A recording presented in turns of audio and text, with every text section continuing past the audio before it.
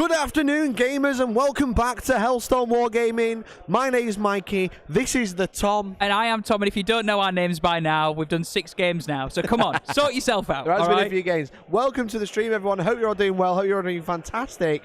I'm doing fantastic. Are you doing fantastic, Tom? I'm doing fantastic because I've got coffee in my system now, so God help us all for round 6. Coffee. It's great. Yep. Welcome to round 6 of the Goonhammer Open UK. 128 players, 1 champion, and we're about to find out who that champion is because we have Innis Wilson on stream once again versus David Gaylord with Tyranids. It's a bug hunt, Tyranids. but the bugs are hunting each other. They've got no biomass left, so they're having to chew each other to death. It's a Tyranid world. It's a bug world. Yep. There's Tyranids everywhere. Does this mean Tyranids are broken? Maybe.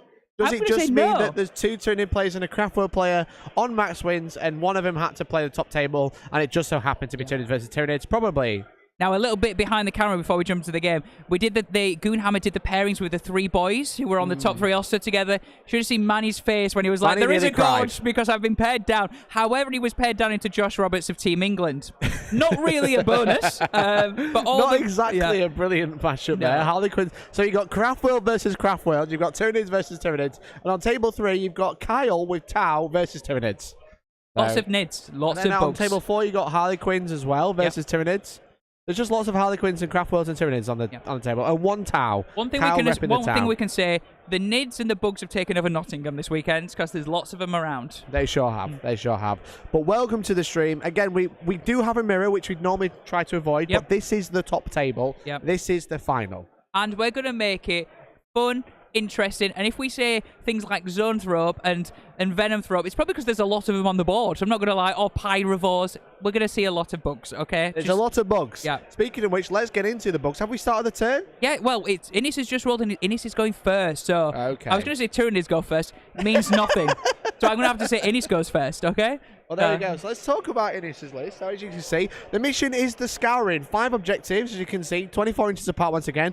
Basically, the objectives are slightly further apart than last game. Yes, and also we have 1 central one rather than 2 in each other's deployment zone, so every single player is going to start off an objective. For sure. They have to move forward straight away to get on those objectives. Yeah, exactly. So Innis is going first. He's taking Stranglehold, No Prisoners, and Warp Ritual. Do you want to go through? I know people are watching again. You probably already heard the list, but do you want to go through Innis's list? Yeah, Tom? I'm going to dance through it. We'll talk about the main stuff. Okay, so he's taken Leviathan. He's taken 2 different detachments. So we'll start with the first one. He has kicking off with a Neurothorpe with Catalyst Onslaught. He's the Warlord with Synaptic Tendrils. Then he has his big boy, his Winged Hive Tyrant. This guy has the Reaper Obliterax. He's got his Monstrous Bone Swords and Lash Whip. That's loads of good stuff. Wounds and re-rolling one, was it? Reaper Obliterax was, yeah, I think it was, yeah. It wasn't. No, you can't use Final Pain against it. That's the one. Can't shrug any of the damage. Additional mortal wound if you wound it, and you can't shrug damage. Yep. Then he's got 2 squads of Tyranid Warriors, 3 man each with the Bone Swords and the Death Spitters.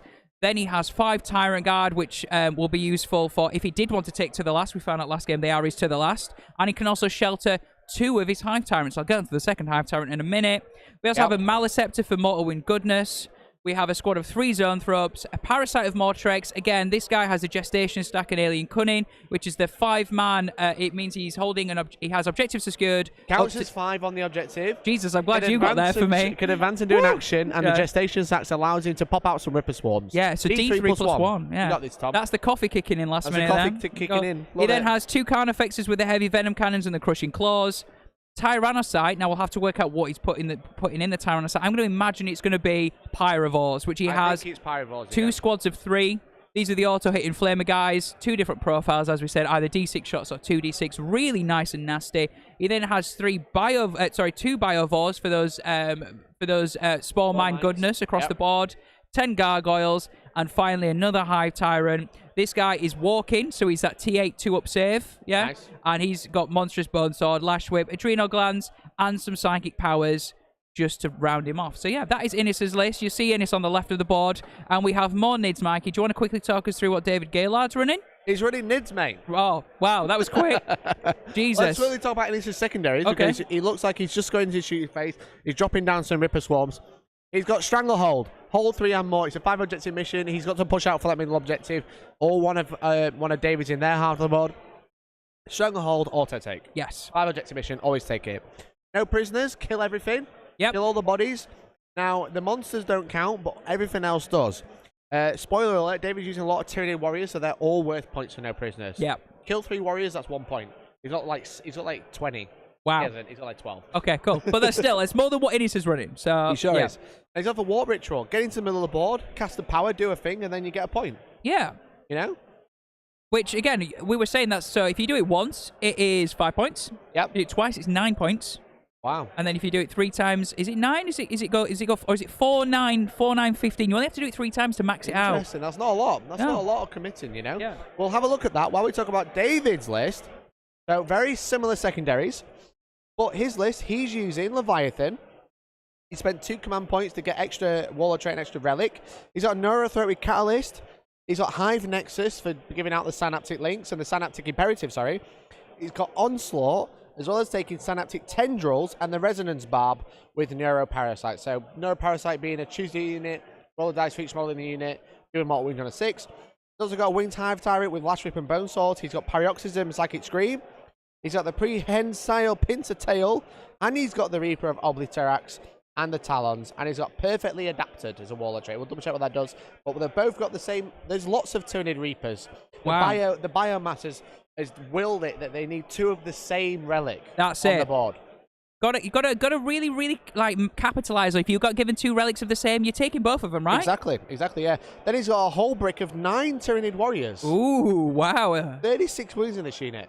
Nice. So that are they bone 27 swords? wounds. Are they bone swords on them? There's 3 with Bone Swords and Death Spitters. Right. 3 with Barb Stranglers and Bone Swords. Ooh. 3 with Bone Swords with Venom Cannons. Oh, okay. So a bit of a mix. So you can toolbox them 2 up, each. basically declare some stuff into other stuff, and then walk around as a big brick. Do you know what else he's got? What? Tell me. 9 Tyranid warriors. Oh, okay. You know when I said he doesn't have 20 Tyranid warriors, he has 12? He's He's actually 18. he's got How many's he got? 27? not quite. Okay, how many's he got? 24. 24.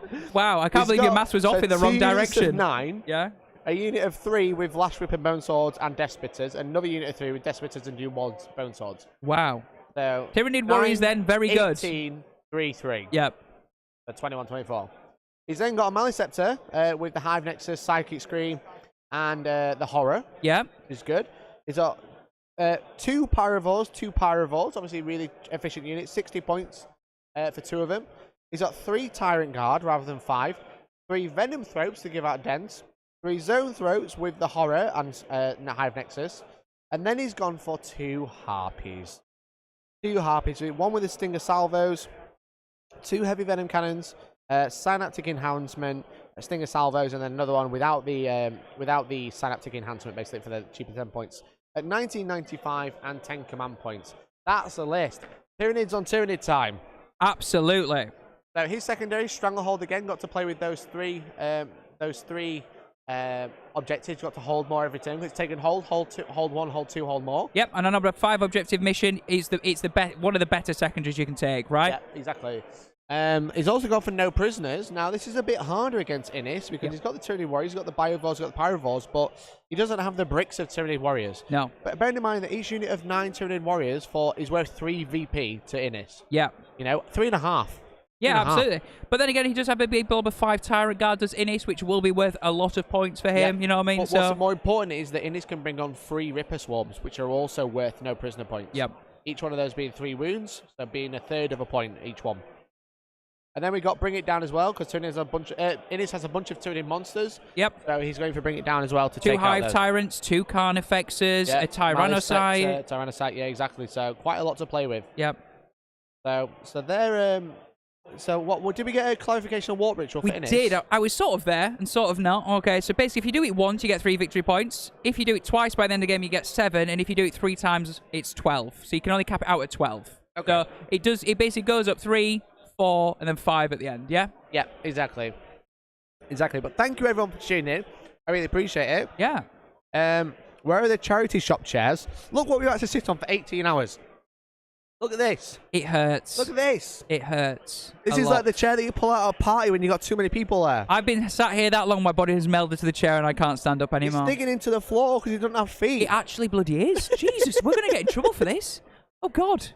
So you'll be pleased to know that we're bouncing through Innis's turn. He's bounced through the psychic phase, and as you see, those pieces of paper, guys, are buffs on random things. I'm not going to talk you through everything, but they'll come into play as we go through. We're now in the shooting phase.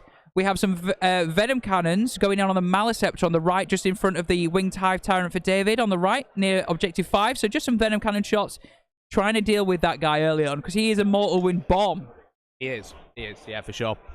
And also Neil saying, Josh is an old man now, he's past it.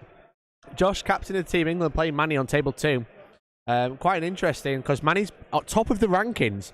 Because it's random win path, he's been pared down. Yeah. It's quite funny. It is very funny. But then again, I would never like to be pared down into Josh Roberts. Just saying. No, it's not a fun match either way. So apparently the few venom cannon shots that were coming in from Carnifexes and Hive Tyrants and stuff actually bounced off the Maleceptor. So not what Innis was hoping for early on. Yeah. Psychic Might, the Brain Bugs are really good. Really, really good. Red Ball Sack still in the sky. Yeah, the Tyrannosaurus is in the sky with 6 Pyrovores right now. Yes. I don't think David has anything in reserve, but I'm sure we'll find out. Yeah. So you'll see as well there's a 1 currently in the dice box. That was for spawning Rippers from the Parasite of Mortrex. So therefore he's only got two bases. Not what he wanted. Oh, yeah, because he could have really done with 3. Yeah. To bring them out, because he's got nothing to strangle this turn. Yeah. So that's what he was saying. If you notice pre-game, before he started, he actually put 3 bases out. They were Rippers, and if he'd spawned 3, he would have had enough to trail them out onto Objective 2. Yeah. In the middle there. But it looks like he's going to go for the Spore Mine, dropping them 48 inch away from the Biovores, which I believe are in the top corner. I think the Biovores are over here. Yeah. So 48 inch range, dropping some Spore Mines over here. Oh, no, the Biovores are there. They're there. That's why we put the camera on, Tom. Great job. Thank you. I'm thanks, mate. I'm proud of you for being proud of me. There's a nice move block here now. Yep. And they do mortal wounds. Nobody wants to run near them. No. He's thinking about it again. This is like super crucial. It looks like he's putting them in the building. Yeah. Move block, but also he can bring them out next turn. They're not going to get shot off the board there. Yeah. I'm assuming, will they give up no prisoners, Spore Mines? They're not counted for any mission rules, so no. Oh, so therefore he's not bothered. He can spawn as many as he wants, right? Yeah, it's just the Ripper Swarms which will count. I'm getting a nod from the table.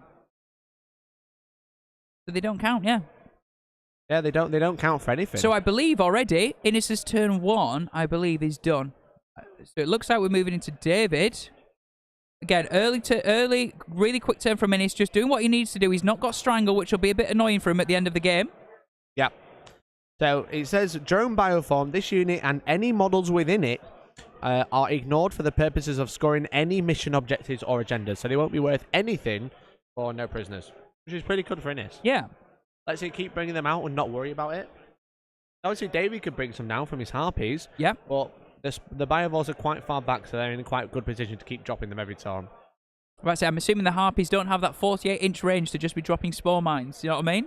Yeah. Biovores have that. We're going to fire them out of our cannon and throw them on board somewhere. That's what makes them really useful, right? Exactly, yeah. And, it's just being able to, move block as well. Yep. Mortal Wound when he needs it. Being able to just drop them in is really good. But yeah, thanks for joining us all. Let us know what you're watching right now. It's the final of the Goonhammer Open. If you've joined us all weekend, you're an absolute legend. And if you just joined us now for this final game, let us know where you're watching. We'd love to give you a bit of a shout. Let us know if you're working on some hobby goodness this Sunday night. Yeah, exactly. So you can see David there. Advancing Tyranid Warriors onto that objective at the top. Nice little 4. It's just got the body, he's just got the bodies to play with. Yeah. But they're like the hammer, They're 300 points each, these units. I would imagine that's just a unit of 3 there, because he obviously had 2 units of 3 and 2 units of 9, if I remember. Yeah. So you'll see a unit of 9 right in the middle unit there, and then 1 on the left, yeah?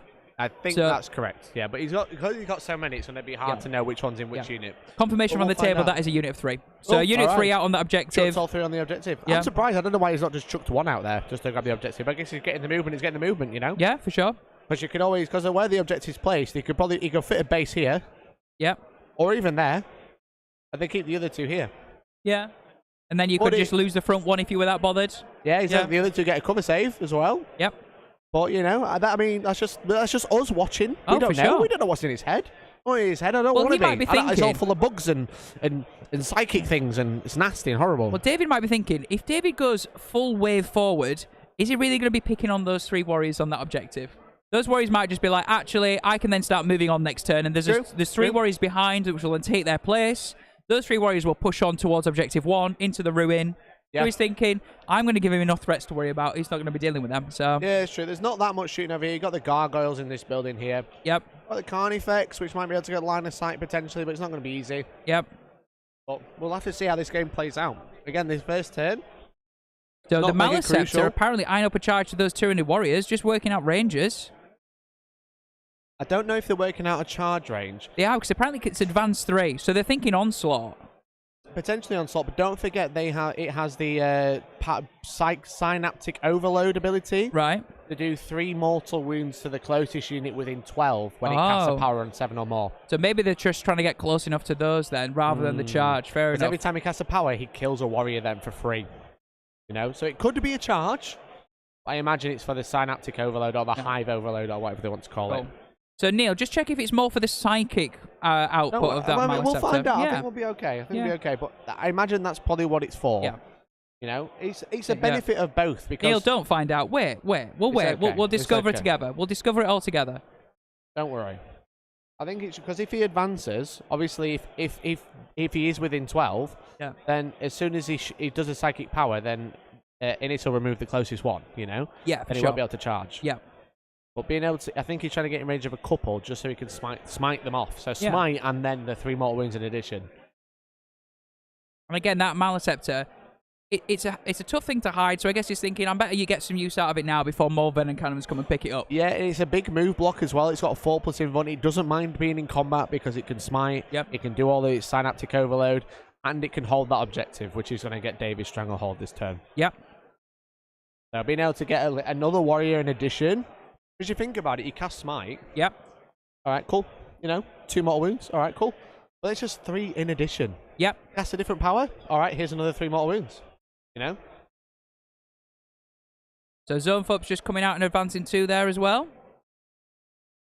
So yeah, David as well got Zone Thropes and Venom Thropes. Venom Thropes providing cover, light and dense cover, correct? I think it's just... Let me have a look. I'm pretty sure it's dense. Right. You only say it's light and dense because I said the wrong thing earlier. Okay, cool. Well, I'm glad we're both getting it wrong then. It's all good. So, while they're within 6, you -1 from the hit roll.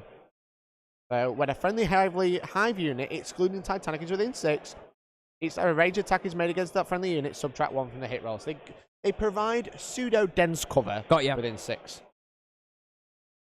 So they're -1 to hit, they got a 3+ invuln, and they can start smiting things now. Yeah. They're getting D3+3, because there's 3 of them. Oh yeah, boy. It's a nasty smite.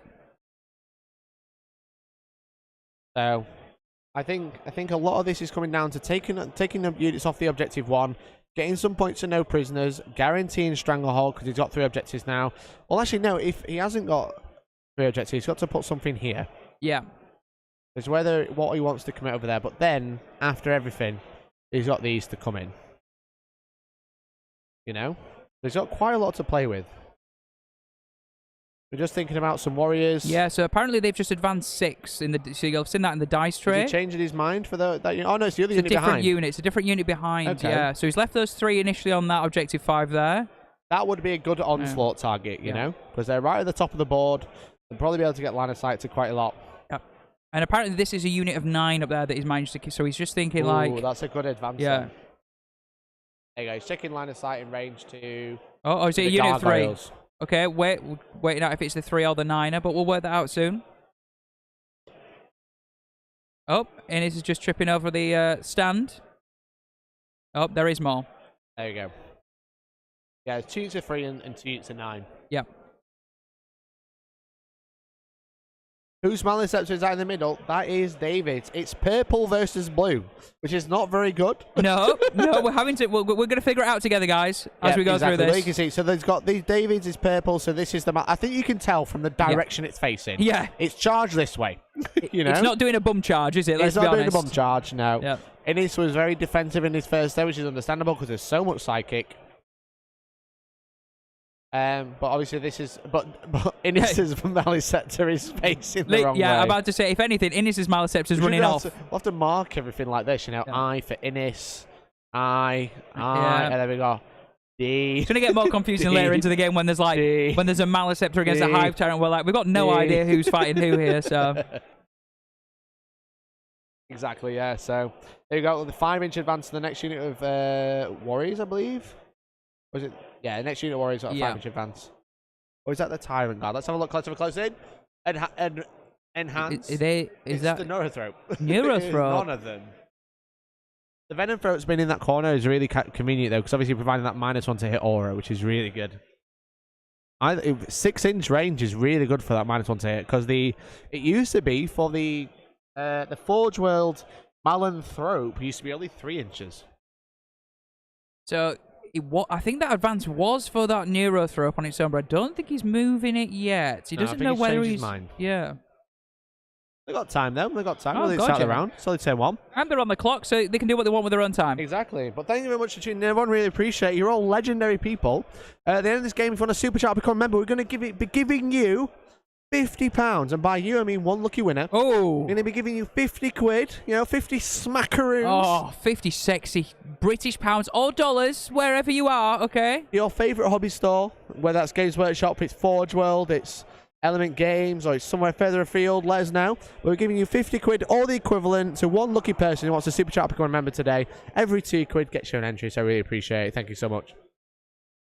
Look at that winged Hive Tyrant. It's imposing, isn't it, on the board? You can definitely see it. Like, Innis has done a cool conversion, but it's a lot smaller. It is. I wonder if that conversion is is for help. Maybe it's a little really helpful. Cool. It is cool. It's really cool. I would never insinuate that someone would be modelling for advantage on a live stream.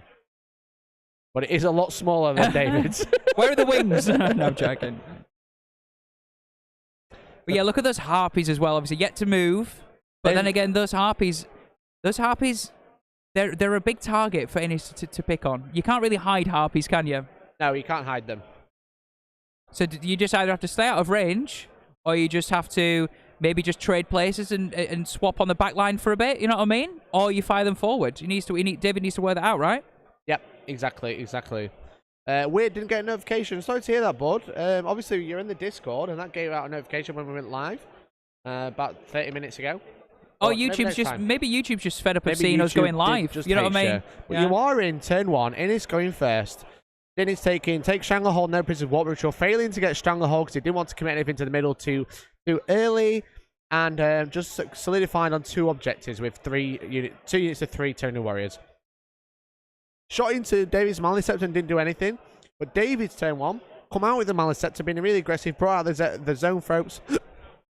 Excuse me. Brought out the 9 unit of 9 Tyranids Warriors up here. Unit of 3 Tyrant Guard here to protect his Hive Tyrant. Unit of 3 Warriors here in the Hive Tyrant as well.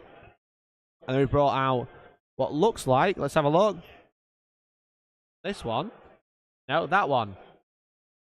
The Tyranids Warriors there, as you can see in the bottom, and the unit of 9 Tyranids Warriors in the corner as well. Yep, so that unit of 3 there's just popped out to the objective. The unit of 9 still sitting behind that nice brick wall there.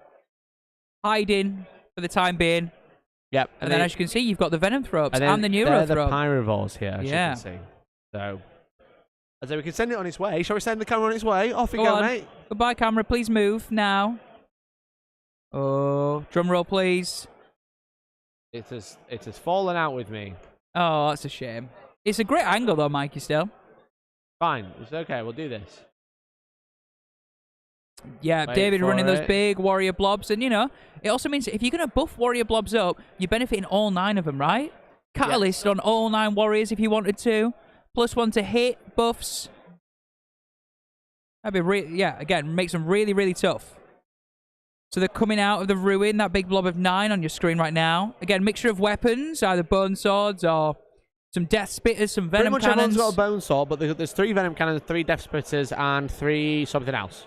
Barb Stranglers. Oh my God! I am a Tyranid player. Professional gamer. Professional. And I even look. You can swear about this. And even look. Didn't even look. I just knew it. You were so infatuated with me talking to you that you just didn't even need to look.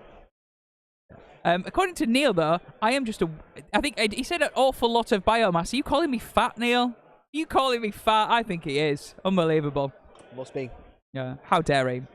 But thank you for joining us, guys. Game 6. What a weekend it's been. The final. It might be a mirror match, but this is for everything. This is for the win, potentially. We don't know what Manny's going to do, but it is made basically for the win, right? You know? Yeah, exactly. So this is the final now. The champion of champions have been people been made, mowed and broke. Mowed and broke. Made and breaking. That is the sound of a very tired human being on my right, guys. Is it going to be maked or braked? It's going to be... I'm trying to think of another word, but no, we'll just stick with maked or braked. It's fine. Is Davey wearing big warrior blobs? Yeah, you can see the list in the description. We did go through the list earlier. You can always rewind if you want our opinions on them. Yeah. But yeah, so 2 units of 9 warriors, 2 units of 3 warriors. So no prisoners for Innis is like crucial at this point.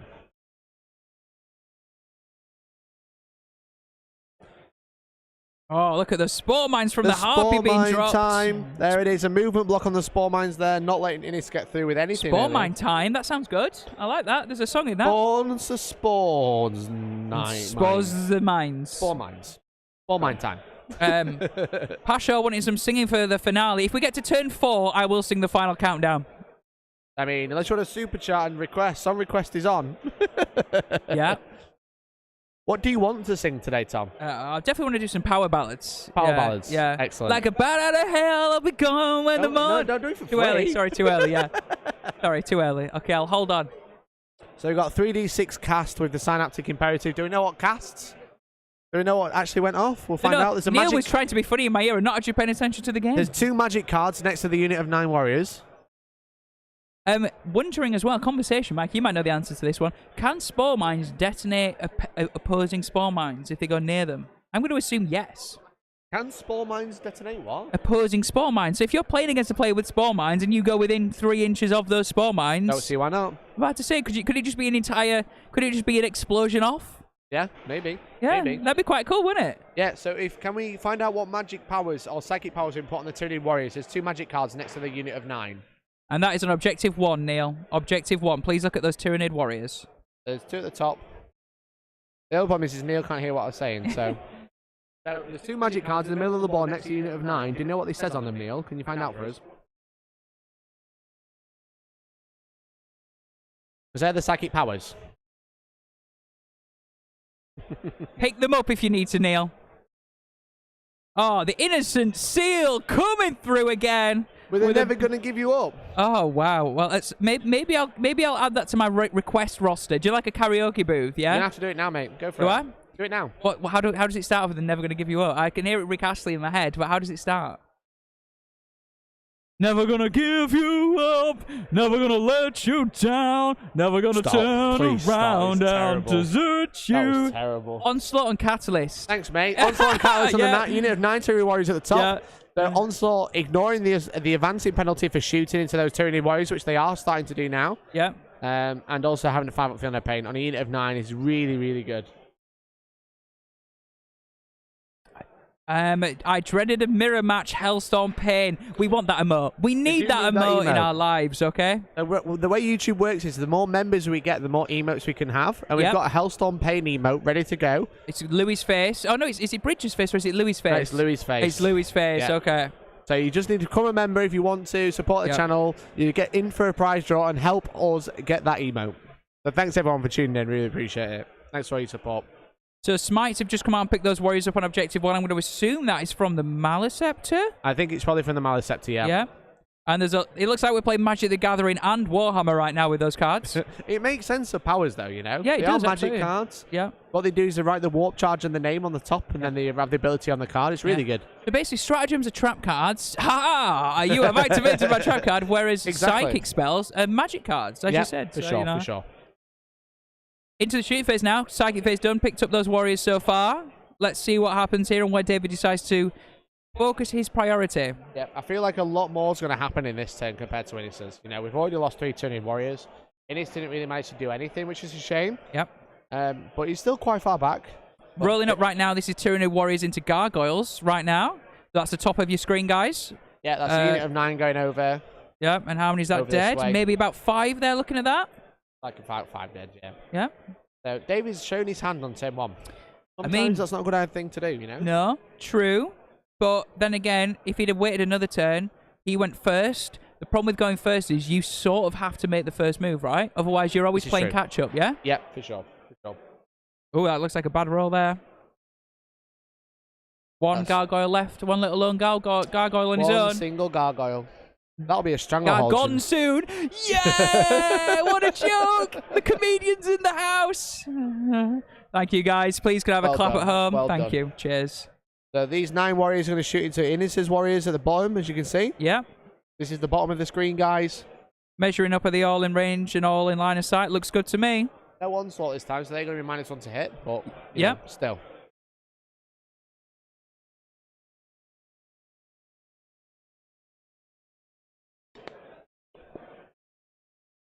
Looks like venom cannons to start with. I think so. Yeah.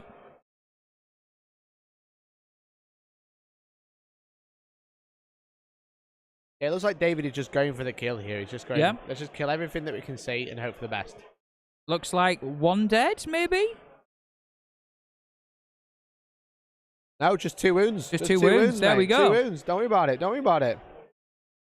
Oh, Innis hogging our camera. He loves the camera. He loves the camera. Power stance. That's all we got. So what's your take on this? I mean, Tyranids are obviously going to win this game. Tyranids are going to win. Who are you feeling? Whose list is that little bit teched into the other person's? I think David, because he's gone second, has had the opportunity to do a lot more than Innis, which is probably, hopefully, for him, a snowball effect. Yeah. But then again, Pyrovores have got to come down in that Tyrannosaurus, and we saw from the last game from Innis, they're devastating. Well, not only is shooting, he's not screened them out very well over here, that's for sure. But also Overwatch. Or here. Yeah. Pyrovores could come down, absolutely nail this. He could go over here, start hitting some Tyrant Guard. You know, it's going to be interesting. That turn 2. Yeah. But what Innis can do in response. If Innis can't do enough to respond, then it's David's game. Yeah. Because David showed his hand. It's gone. Yeah. He's also got more board control as well. So if you don't deal with the stuff that's right in front of your face, it's going to move forward onto his objectives. He's 1, he's 3. Start contesting them. Yeah, exactly. So, essentially the problem is Innis could have done with going second because he was deployed very defensively. Yep. So David would have had to push out and hold his ground. So far, looks like those warriors have survived with 1 on 1 wound and 1 on full. Yep, exactly. That's the other problem with going first sometimes in Warhammer. You know, you do have to start showing your hand. You need some little chaff units you really don't care about. Yep. To push out, get you some points, and then forget about it. Looks like as well there's still a few spore mines in the building at the bottom of the bottom of the table right now, hiding away. I think there's 3 in there. So something again that David's going to have to pick them up, I believe, as in try and get rid of them somehow if he has any shooting.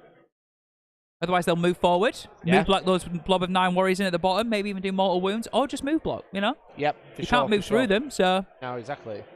So it's going to be interesting to see. It's going to be really going to be interesting. Chat, what do you think? Obviously, we can see 2 Tyranids plays, but. Are you thinking that Innis has got this? The thing is, David it's 2 has? Tyranids lists, but it's 2 very different lists. Yeah, for sure. You know? Yeah. 2 very different lists. Like the warrior, it's basically warrior spam with harpies, and then Innis's is more around the protecting the characters with the Tyrant Guard. Yeah, the Tyrannosaurus. Tyrant Guard. Yeah. Got the Tyrannosaurus with way more, with all the Pyrovores, you know. Yep. Obviously, David had Pyrovores, but only 2 compared to Innis's like 6. Yeah. Also, the Parasite of Mortrex, man. Let's not forget about that. That's got some serious toolboxiness, yeah? Yeah, exactly. Now, he's going to be giving up no prisoner points by bringing on Ripper Swarms, but being so fast, being obsec, I think Innis's list is a bit more toolboxy, you know? Whereas David's is a bit more, not to insult the list, but a bit more on the nose. It's a bit more, you know, it's going to kill you. Yep. You know? It doesn't beat around the bush what this list is going to do. No, it shoots, it does psychic, it kills stuff. Yep. Looks like the big flying harpies now, either picking on the Carnifex or the Maliceptor straight down the channel there. Makes sense. Makes sense. And Venom Cannon's going to be in clutch, you know? Yep. Rolling 1 at a time here. That's another. Oh, there's a Hellstormwargaming dice. I like to see it. I like to see it. I don't know. Where's he got that from? We like it. Any rep for the Hellstorm dice. It's rolling 6s. Some more proof that you should buy Hellstormwargaming dice. Do you know where you can get them from? You can get them from Hellstormwargaming.co.uk shop. Bet me to it. You bet me to it. Buy them today. Support the channel and get yourself. Have you got any pumpkin dice lattes in? We do have some pumpkin dice lattes. It's almost autumn season again. Yeah. We love a pumpkin dice latte, you know. And rather than buy one from Starbucks, buy one from us. Okay. Yep. So there is shooting at the Carnifex now. Just doing again. This is the next harpy into the Carnifex. Mechanic effects are great, but they aren't super survivable. But they are quite cheap, and that's the thing with So I turrets. believe they'll have a 2-up -1 damage. Is that correct? I don't think so. No? Okay. No. I think one of them might do, or is that am I thinking of something else? I swear Innis was saying... You're thinking of old One Eye. Am I? So that is the end of David's turn, just while Mike is checking that, and I'm not just making too many rules up off the top of my head. But yeah, they're just totting some points up for David again. He has gone second. Replacing the terrain. We can't see those Venom throw-ups anymore, but they're in there, hiding.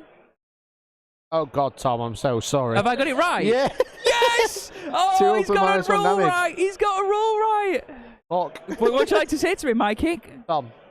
Mikey, what would you like to say to him? I'm so sorry for saying you were wrong. This is a good moment. At -1 damage. Guys, I'm feeling very smug right now. This is the perfect end to a weekend. I thought that was just Hive Tyrants. Oh, I'm going to rub this in his face damage. for a long, Shut up, long time. me. Thank you. I'm just going to keep looking at you and giving you the side eye for the rest of the game now, mate. Innis has turned 2, everybody. Here we go. Stranglehold for 3 points by yeeting that Maliceptor up there.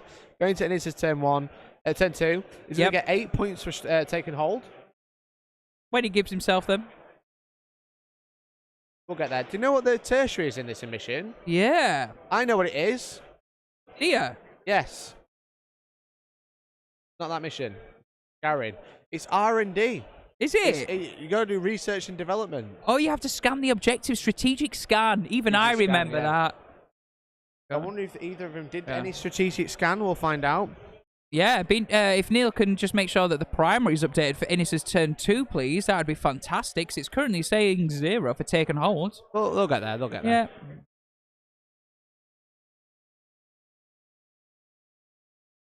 There it is. Going on any second. Getting scored. There we go. Taking hold 2. Hold 2. Hold 1. Hold 2. 4 points each. Yep.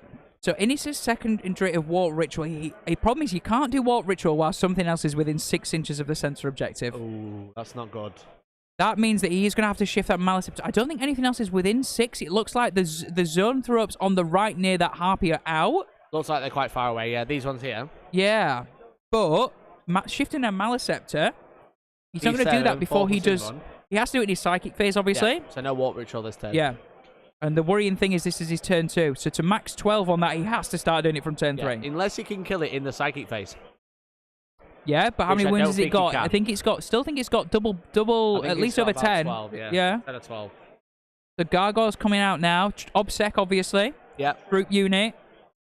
Playing for that stranglehold. I think he used the stratagem to gain more. If not, we just killed way less than we realised. He must have used the stratagem to gain more. He was definitely left on 1 there, yeah, so... maybe brought 5 back looking at that.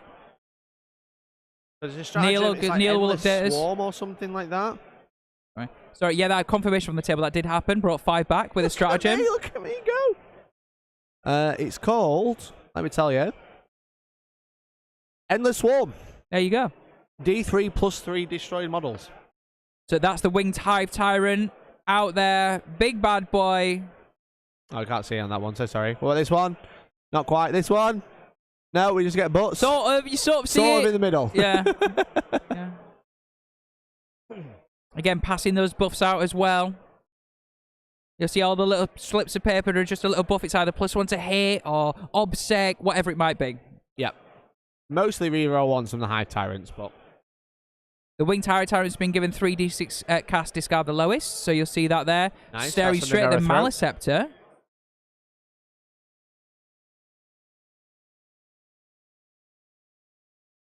So the Carnifex coming out as well.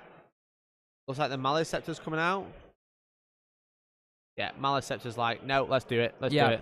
Like you said, could this psychic off that David's Maliceptor and then begin Warp Ritual? Oh, potentially, but Naz has said you can Warp Ritual even if there's something within 6. Oh, can you? You want to double check? I will double check. Which is probably why he's giving the High Tyrant 3d6 to cast. Yeah, to ensure that happens. 3d6 to cast, drop the lowest, and then hope that David fails to deny.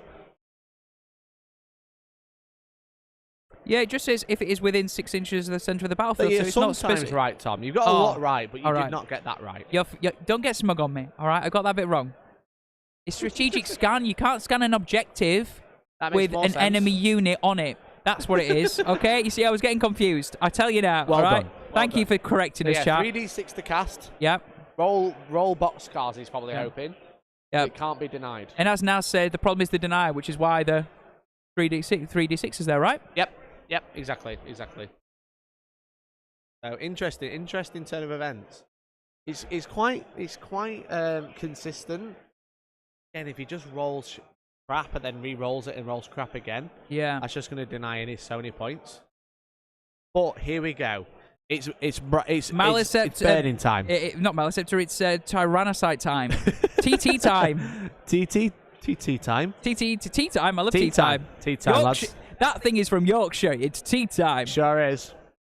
So he's just deciding where it's going to go before he drops 6 Pyrovores. Yep.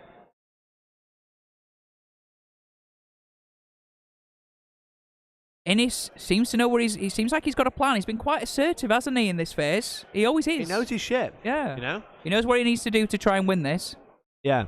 Also, we had a really interesting thing earlier. Do you remember, whilst he's just setting those up, do you remember in the last game where Innis had won, but he carried on playing, and the chat was like, oh, Innis is a He doesn't need to do anything else, you know what I mean? Yeah, Innis had won the game, but then he kept playing the game to deny points, and someone in the chat was like, well, Innis is a WTC player, so he was just playing out to make sure he gets a better differential. Yeah. And we were like, oh shit, didn't even consider that. Meta gamer, yeah. I asked him about it, and he just said, I didn't realize I'd maxed primary already, so I needed to get that one to kill a unit. See, even the best players have little memory slips, you know what I mean? Wasted about 10 minutes of his own time there, didn't he? You know what I mean? But there we go, the Pyrovores coming down. 6 Pyrovores, chilling, grilling. They're going to be grilling and having a great time. I'm assuming they're going to be picking on those warriors at the bottom that didn't get Catalyst off, right? Maybe? It looks like we've got 3 here and 3 here. What are they doing there? Thinking, I think. I think that's what we're doing. I don't think they've finished what they're going to be doing with those just yet. Iron Hands pod, Nid pod, Naz. Iron Hands pod is better than the Nid pod, that's for sure.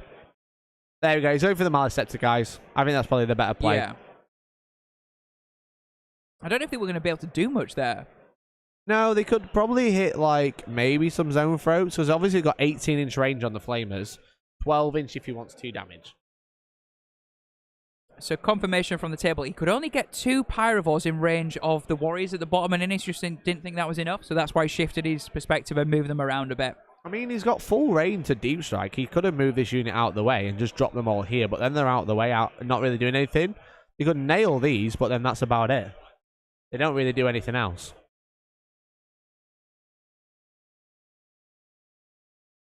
Just wondering if it's a bit more defensive then. If he's playing a bit more defensive, because he could have been so. more aggressive with I those think Pyrovores. so. He's already got Strangle. Yeah.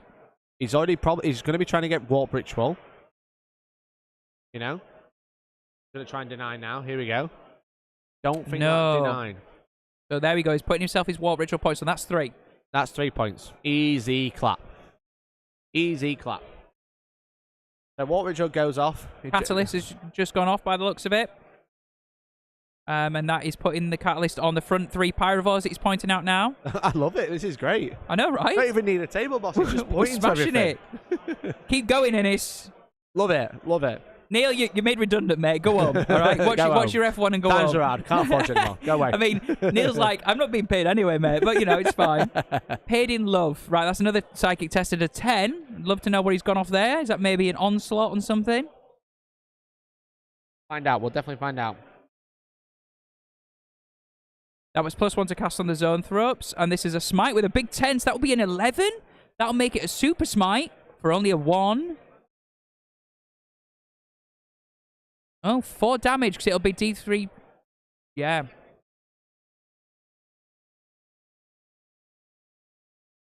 So basically, it was a super smite, because it's a unit of 3 zone throws. They do extra mortals per 3, don't they? While they've got 3 in the unit, they do an extra 3 mortal wounds. So that was 4 mortal wounds onto those Tyranid warriors. So one's been removed, and I believe a wound will be passed over. Yep, so we're just working out which one's going to be removed for line of sight purposes now. So what's going to come in next? You could just see the ball sack poking his head out. Oh, hello. Peekaboo. Oh, now we can't. Now we can't. No, the buildings just jumped up a bit. Again. There we go. One warrior gone. That's a third of a point. Don't forget. That's a third of a point. That's third for no prisoners. Yeah. You know? And also, let's be honest, David can't sit back with his warriors because they are literally one of There's so many points. Well, yeah, but also they are a main part of his army. He can't just sit back. He's going to have to put them in the face and take some hits back. You know what I mean? Exactly. Pyroxysm now. Looks like that's just gone off. Working out on... We've got a couple more denies. You've got the high tyrant still. Yeah, just working out if there's a deny coming in here before we move through to the next power. The Neurothrope can't quite reach, so he's going to have to declare it with the... So much psychic phase. Yeah, there's much a deny psychic there, which doesn't seem to do it. Nope. So Paroxysm, I believe that's -1 to hit in combat, or it's fight last. Let's have a look. So that was one of the Hive Tyrants that failed that deny there. So that, again, that's used up a deny. Again, both these armies have a lot of ability to cast powers, but also deny powers as well. Yeah. And I think the worry is, he needs to save some. So that was a minus to hit for the Maliceptor, I believe, yeah? Yeah. But I believe now they're just working out. David needs to save enough denies to start denying some of the smites that are about to come into the Maliceptor. Yeah, and that's going to be the way to kill it, and because it's stuff a like that. 4+1, you know? Yeah. The 4+1 is a way to kill it. An 11 cast there from Innis. What was that, though? Was that a smite? Was that a smite, or was that something else? Damn.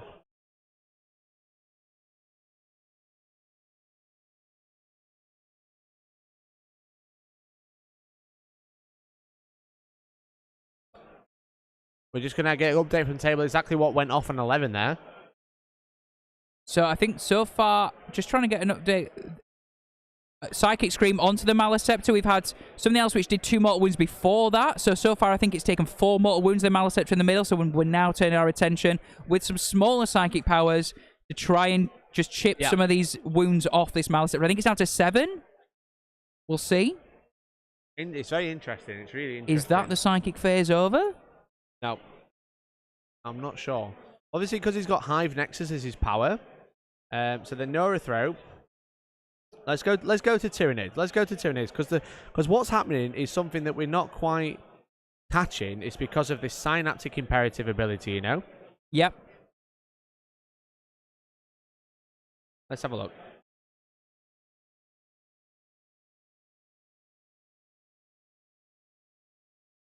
Innis, stop kicking my stand.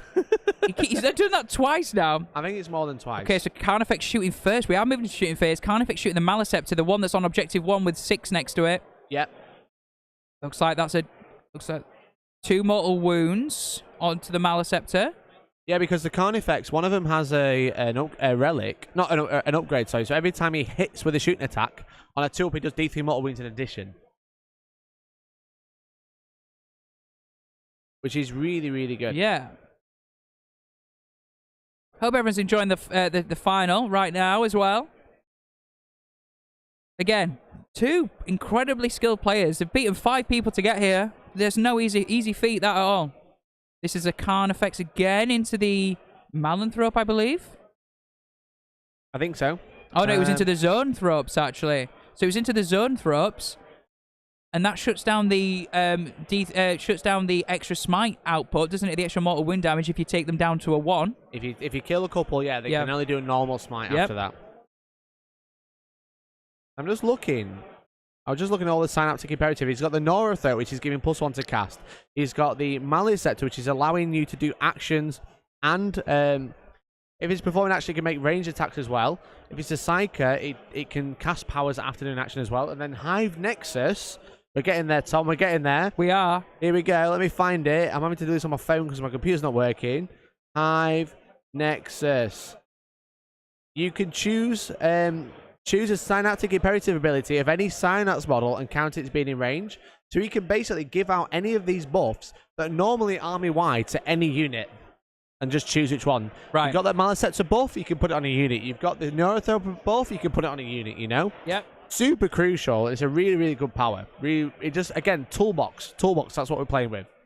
So now this is 2 of those Pyrovores into the Maliceptor, so 4d6 shots. This is trying to chip those final wounds off. Looks like, again, a couple more wounds lost here. Yep, looks like he's less than 5. 4. 4 wounds remaining. And then there was 1 remaining Pyrovore. Looks like it's going into the zone throw. Makes sense. Gets rid of it. Less psychic, less denies. Yeah. Less mortal wound output, less deny output as well, which is going to be really good. It also means that Innis is more likely to be able to deny the other powers because there's less on the board. Yeah. Looks like. So here we go to wound because it's auto hitting. 1 save. Fails on a 2. CP reroll. Coming in. He's got a Tyrannocyte left to shoot into it, so he's thinking about command point. Oh no, he changed his mind. You saw him move his CP counter, but he just decided to flick it back and go, no, not bothered. Changed his mind. So, Innis having a really good counter here. Is it enough, though? Is it enough? I'm not 100% sure. Once the Hive Tyrant goes in and starts killing stuff, it's going to be fine. I'd love to see a Hive Tyrant off Mikey, wouldn't you? Yeah. To see who's the biggest and the baddest. Yeah, that'd be fun. So I can see that going and killing the Malicept and then using Overrun to fly near the Tyrant Guard again. Yeah, for sure. But we've got the Tyrannocyte. It looks like he's going to try and kill the Malicept so the Hive Tyrant can go do something else.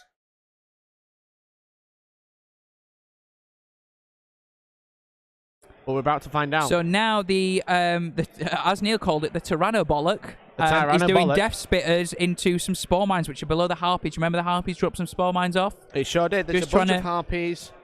Right, a bunch of Spore Mines right there. They're just checking line of sight from the Tyrannocyte. Look at that. That is the face of somebody getting right down level, right? That is the face of someone checking it, right? He's like, no, please don't shoot my Spore Mines. Potentially changing target. Yeah, we'll see. The guys will work it out between themselves, and that's completely fine. That's Warhammer, right?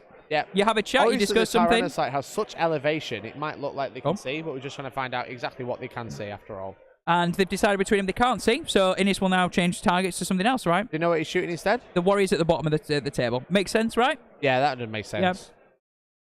And a wound through. So. It's a shame. But if you can't see, you can't see. That's how it is, right? Oh, exactly. Now, the that might have been Biovores... a misstep when he moved the Tyrannocyte afterwards, and maybe it did have line of sight. Yeah. He changed his position, and then realised that he couldn't actually see the Spore Mines like he wanted to. So Biovores now dropping in more Spore Mines every single turn, baby. So the Biovores are at the bottom left of your screen right now in that little L shape, and 4 coming in, 48-inch range. There they are, and they're going to do that all game long. Yep, and they've dropped some all game long, Stop all night. But what they've done is just move block those Tyranid Warriors. Yeah, exactly. So they're going to have to go near them if they want to go drown. They could go this way and maybe charge something, but they're not going straight towards the objective, which they could do last turn.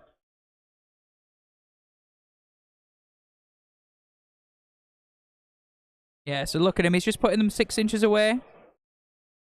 Making a nice little curtain wall and saying, go round me, boy. Go on. Or you're gonna get some mortal wound damage.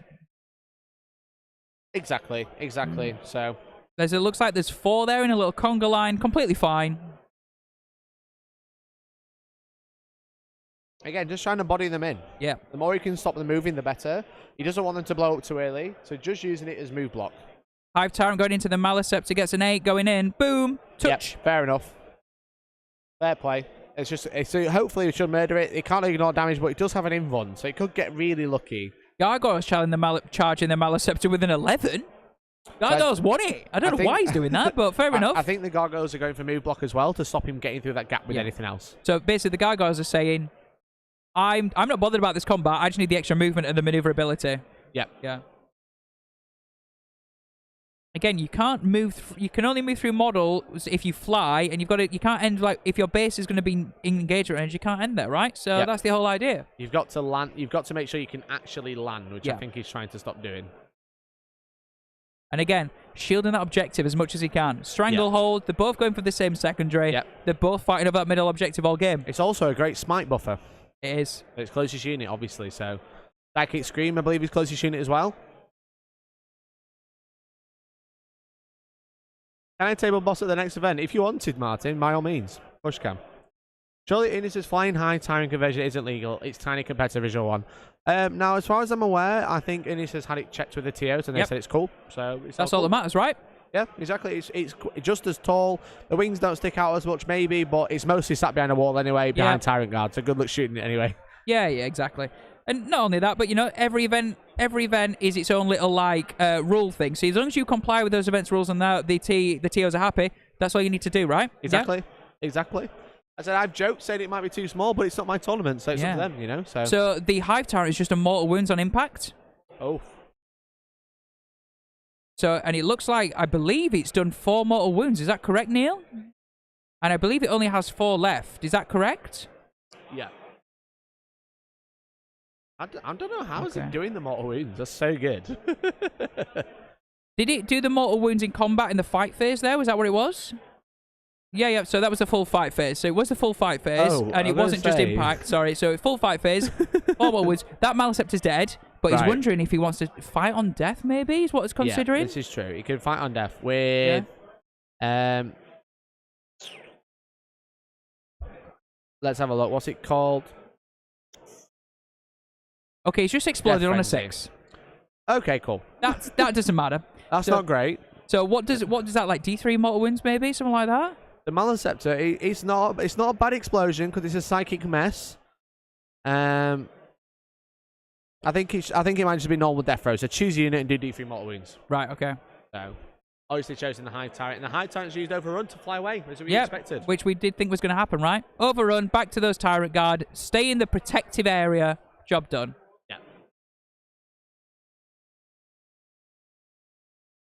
Can't find death, it's characters only. Yeah, well, exactly, but it didn't do it anyway. Checking, you know, I think they're just checking. Sometimes, you know, you're in the middle of the game, you're like, what's the exact wording of this? And then you go back, you check your stratagem, you check your rule, and guess what? Anyway. Yeah.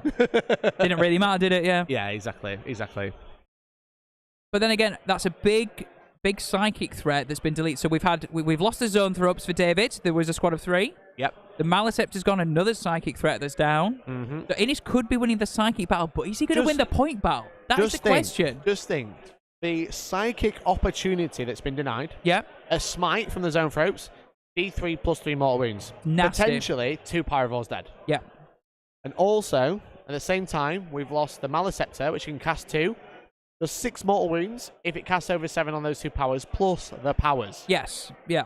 Nasty, so right? Could do a smite, could do a psychic scream. 12 mortal wounds. Yeah. So potentially got rid of 18 mortal wounds if he'd got the full powers going off, you know? But also, more importantly, Innis doesn't have to worry about having to deny those powers now. There's less powers to deny, he's more likely to deny them all. So I believe we're going into David's turn 2 now. Obviously, he went second. Yeah, just so the round up of the turn, Stranglehold and Warp Ritual has gone off for Innis, so on to 24 points. David yet to score. He's taken hold for turn 3. If we just make sure David updates the iPad for his taken hold and stuff like that. They're just so excited to kill each other, aren't they? The Bucks are just great. so excited to just fight each other that they keep forgetting to add their primary. So yeah, into the movement phase now. You can see that bunch of, I think there's like 8 or 9 warriors left. Well, I mean, I think he might have lost 8 in that unit. 8 in that unit. They've moved forward, putting pressure on the zone throw-ups, as you can see, right in front there on objective 2. Obviously getting around the corner as well to maybe pick on some of those Pyrovores. Yep. Oh, sorry, yeah, that's a bum shot. Sexy butts. Love that butt. So they're the Venom throw-ups, are they? Or are they the Pyrovores? I'm gonna have a look. Go and have a scout. You can't take your microphone though. What would be chat? We're gonna go. No, have a look. you can't do it. I'm going. We're going. They are together. Pyrovores, yeah. I can go quite close. You're stood in the way. Wow, this is live on the scene. They're the Biovores. Biovores. Yep. Or are they?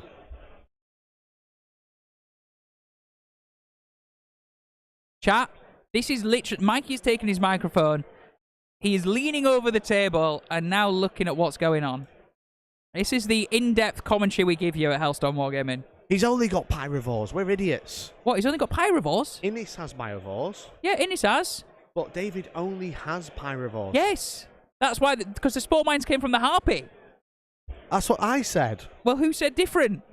Chat, okay, stop getting this wrong. Bloody hell, chat. God. But David only has Pyrovores. Yeah. So these are Pyrovores. That's what we're trying to work out. There we go.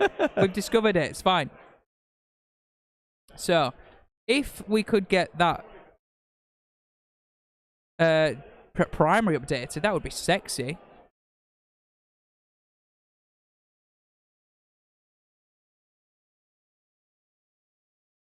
Okay, so we did have Spore Mine versus Spore Mine. And his Spore Mines have gone and cleared Innis' screen of Spore Mines near Objective 1. You see they're gone now? Ooh, that's a shame. Yeah. That's a real shame because now the Tyranid warriors can move out. So we have discovered they can interact with each other. They can interact with each other, yeah. That's for sure.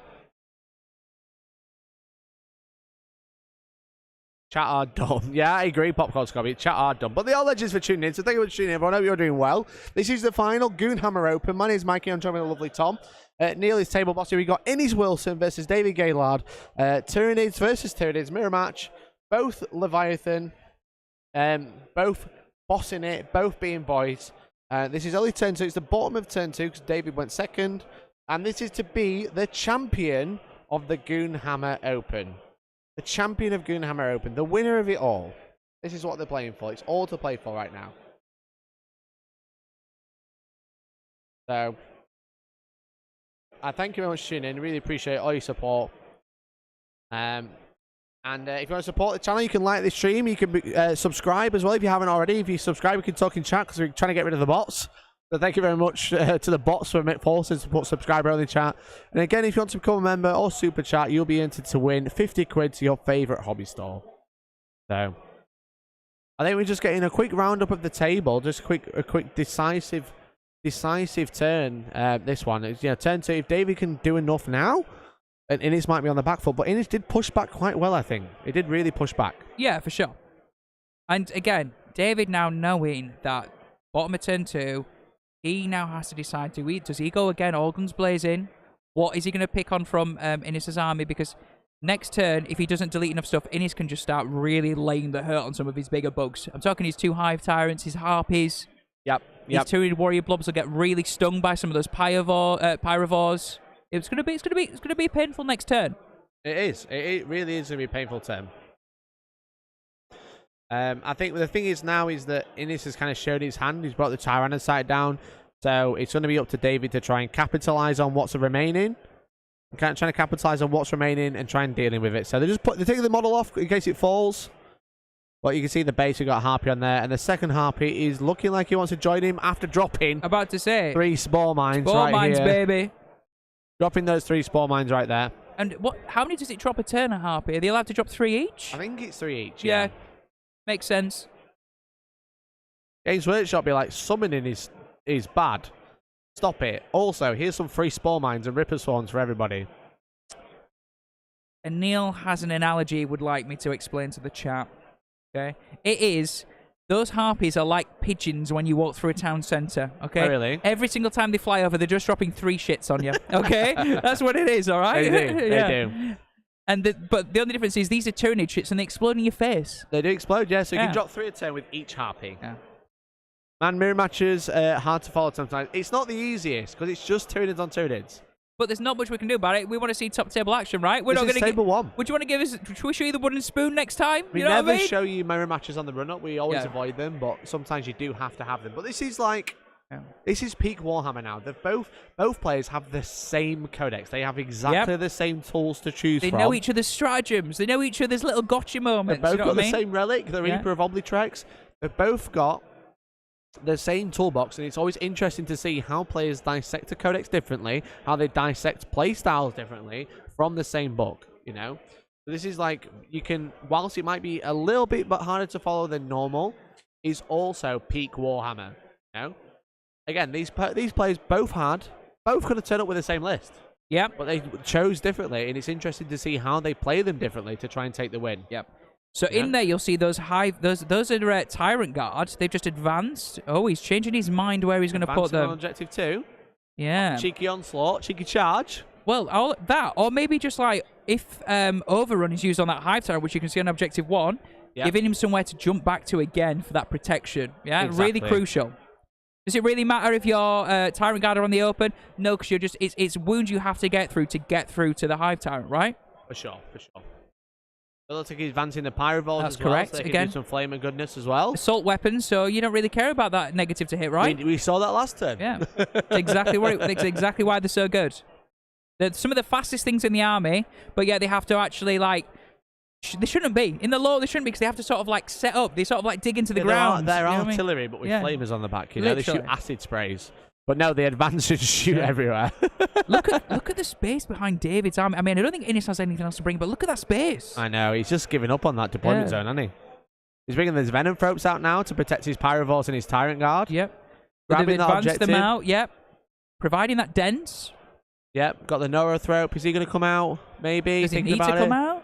He is. He is. He don't care. He's going for it. So that's a big old 11-incher there. I love an 11-incher. Yeah. Oh, yeah. Well, look at you, Quote mate. Tom. Hellstorm Tom loves an 11-incher. Oh, this camera's useless now, mate. There's no left. We should have set it over the other side. I mean, that would have been an idea. Yeah. We should have had a camera at the other side. That was a great idea. It was. It's not like we did have that, but you know. It did break. Yeah, it did break, yeah. It didn't want to face the mirror match itself, this camera, did it? It was like, I'm done. We really could do with a camera on that side now, because that's where Idis's entire army is. Yeah. This is Super all we chat got. so we can buy a new camera now, okay? It broke. Thank you.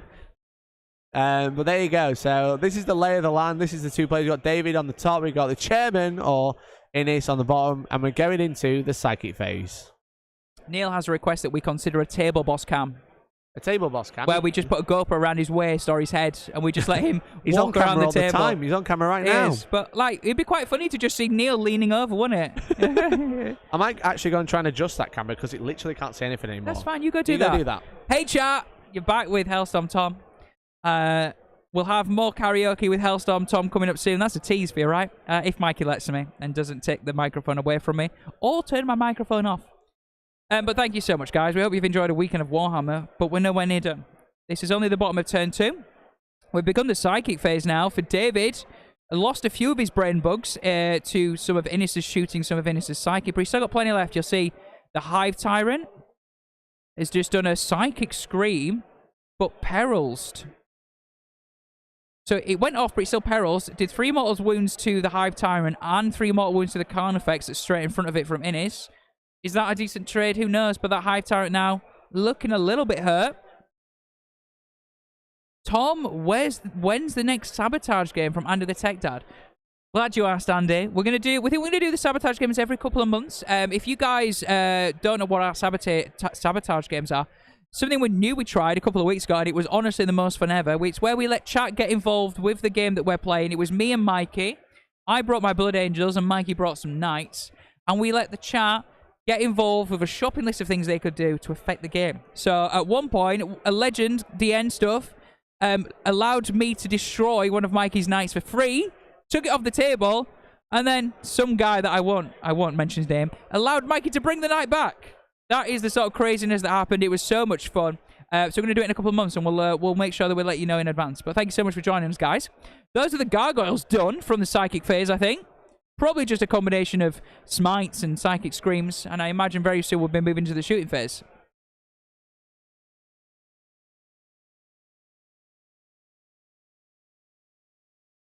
So it looks like Pyrovores versus Pyrovores right now. You'll see the Pyrovores just above Objective 4, guys. They're going to be on the Pyrovores just above Objective 3 near the Tyrannosite.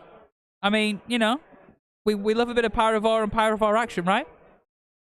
Jordan said, great weekend of coverage. Been painting 20 guardsmen over the weekend, watching all the games. Thanks for the coverage. Jordan, no, thank you for tuning in, buddy. We appreciate your love and support. And thank you for the Hellstorm salute. We love you very much. Mikey's face actually looks all right on that one. And welcome back, the hero of the channel, the man of the moment. It's Mikey Herbert with a new camera angle. We can see what's going on now. Look at that. We just cut out the entire deployment zone because there's nothing in it.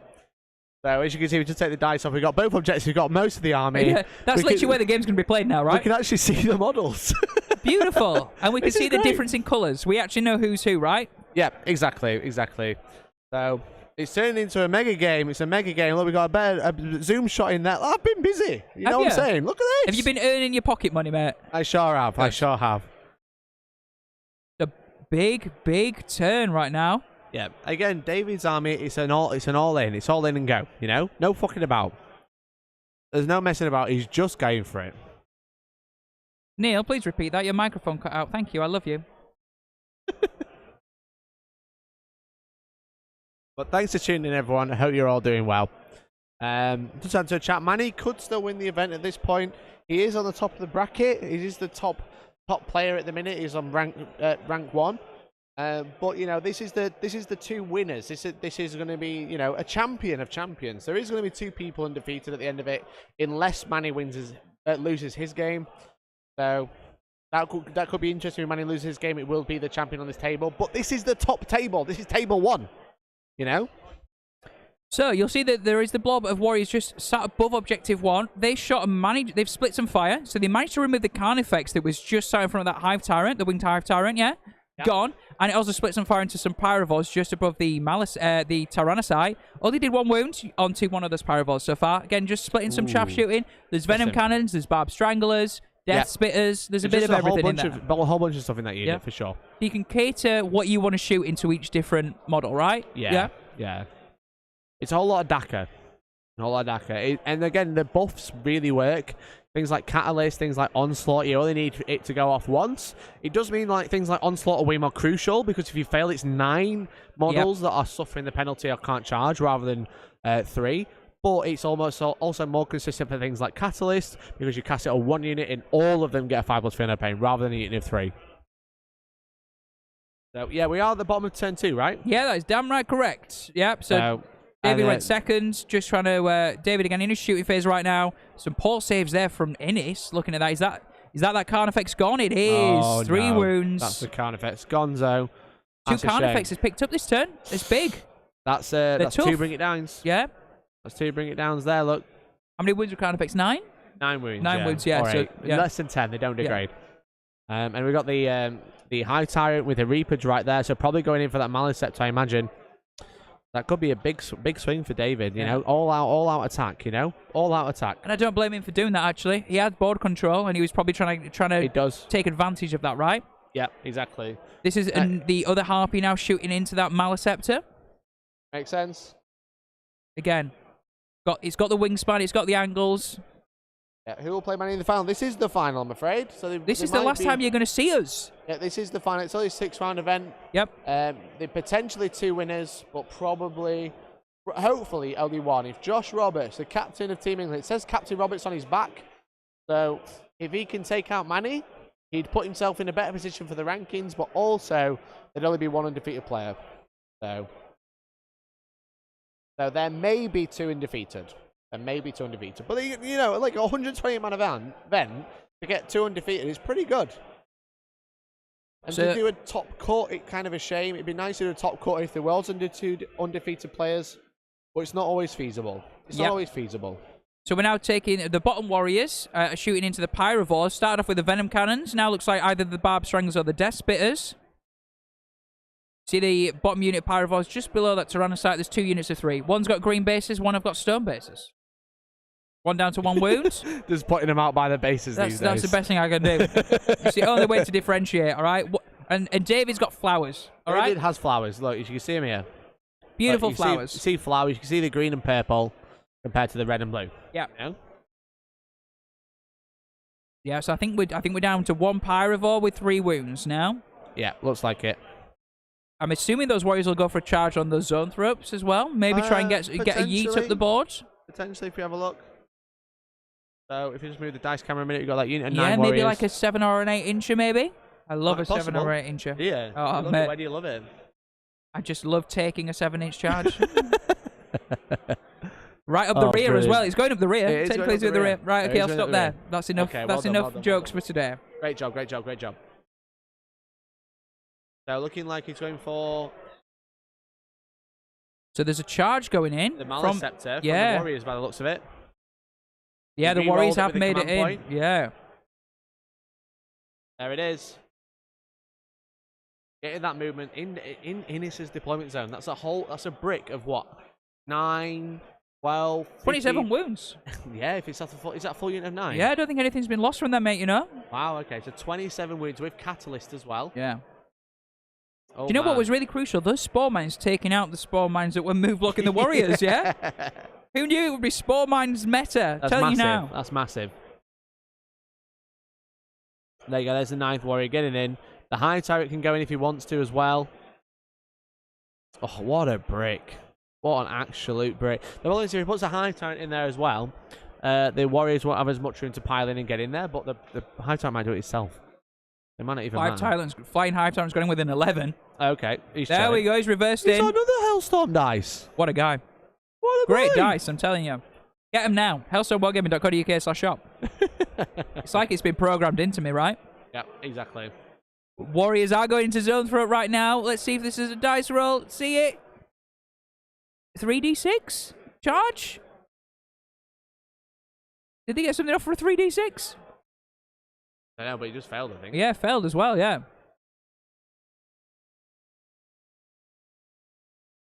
So Pyrovol's charging. Pyrovores on Pyrovores with a 7. Probably out. Yeah, looks out. Yeah, it needs a 10 by the looks Yeah. of it. 9 or 10. But that would shut down the shooting. It would have done, yeah. Because I think David's Pyrovores are way less crucial. He's also than Innis's. overwatching now. He's declared that charge into the other 2 Pyrovores. I mean, why not? I know, right? They're within 12. He can get the 2 damage ones off.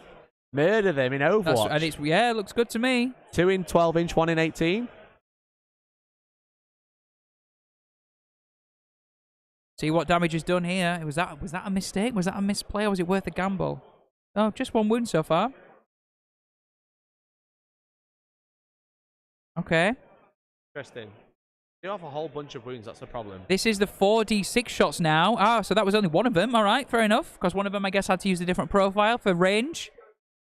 So wound... Oh, doesn't... Maybe only 5 wounds there? 6 wounds, I think. So 6 saves coming in. These are -1/1 damage on the big profile, yeah? Yeah, they sure are. Picks one up, which doesn't blow up. No, There we go. But then cheeky again, blow up is nice, basically but just give for 1 CP, he's just giving him a Pyrovore.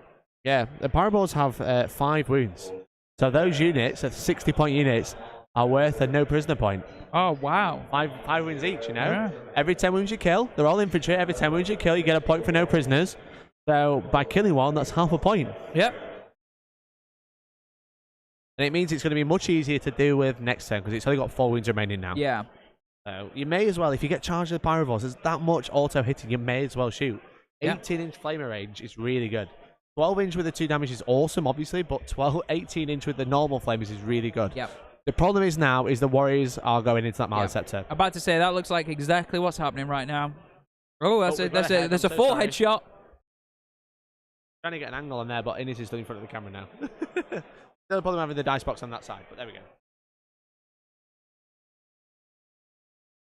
While these are rolling them out, I'm just going to have a quick scout of the Manny Josh Roberts table. Is that right with you, Mikey? Yeah, see what's going on, yeah? Score, because obviously got Manny on that table as well.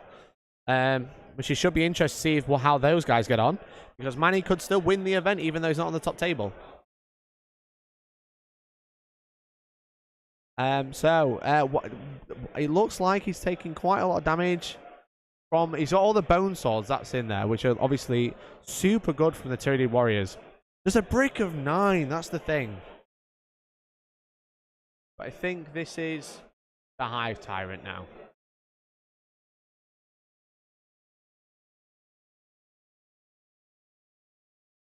Wait for it. Is that the Maliceptor done? There we go. Maliceptor done. Didn't explode either. That's a shame. That's a shame. Maliceptor shaped hole right there. We've just lost the Maliceptor, Tom. To the Hive Tyrant. Oh, no. So that's both Maliceptors down. Yeah, No. that is it. No more psychic shenanigans. So that's the flying Hive Tyrant that finished it off, apparently. Yeah. Yeah, nice. Nasty. So, did you get an update from the table? Did. So, chat to Manny and Josh. So Manny, currently the only person who can win this event, because he's on full 5 wins currently as things stand.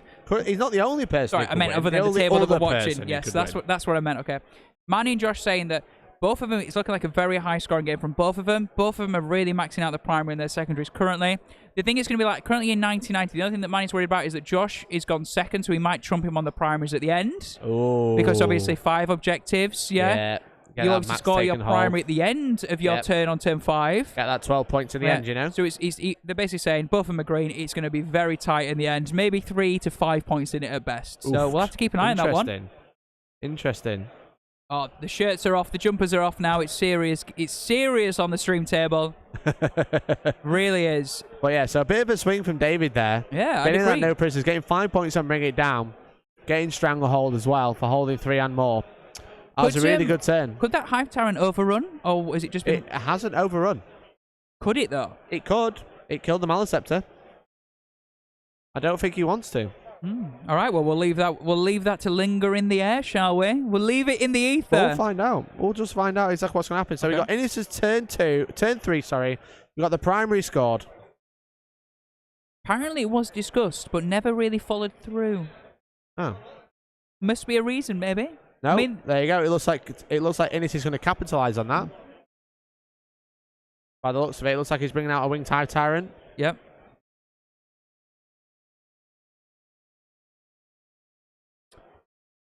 There's maybe a thought there that it provides a bit of deny for the maybe warp ritual and stuff like that. Movement deny for the big hive tyrant. They have to go into the Tyranid warriors there.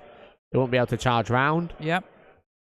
It's a really big threat that Innis is going to have to deal with. There's still 2 harpies on the board, which he's got to deal with as well. Yep. It's interesting. It's very interesting. Bloody is, yes. Turn 3. You see the high tyrant just to the mid-game. right-hand side now. Yep.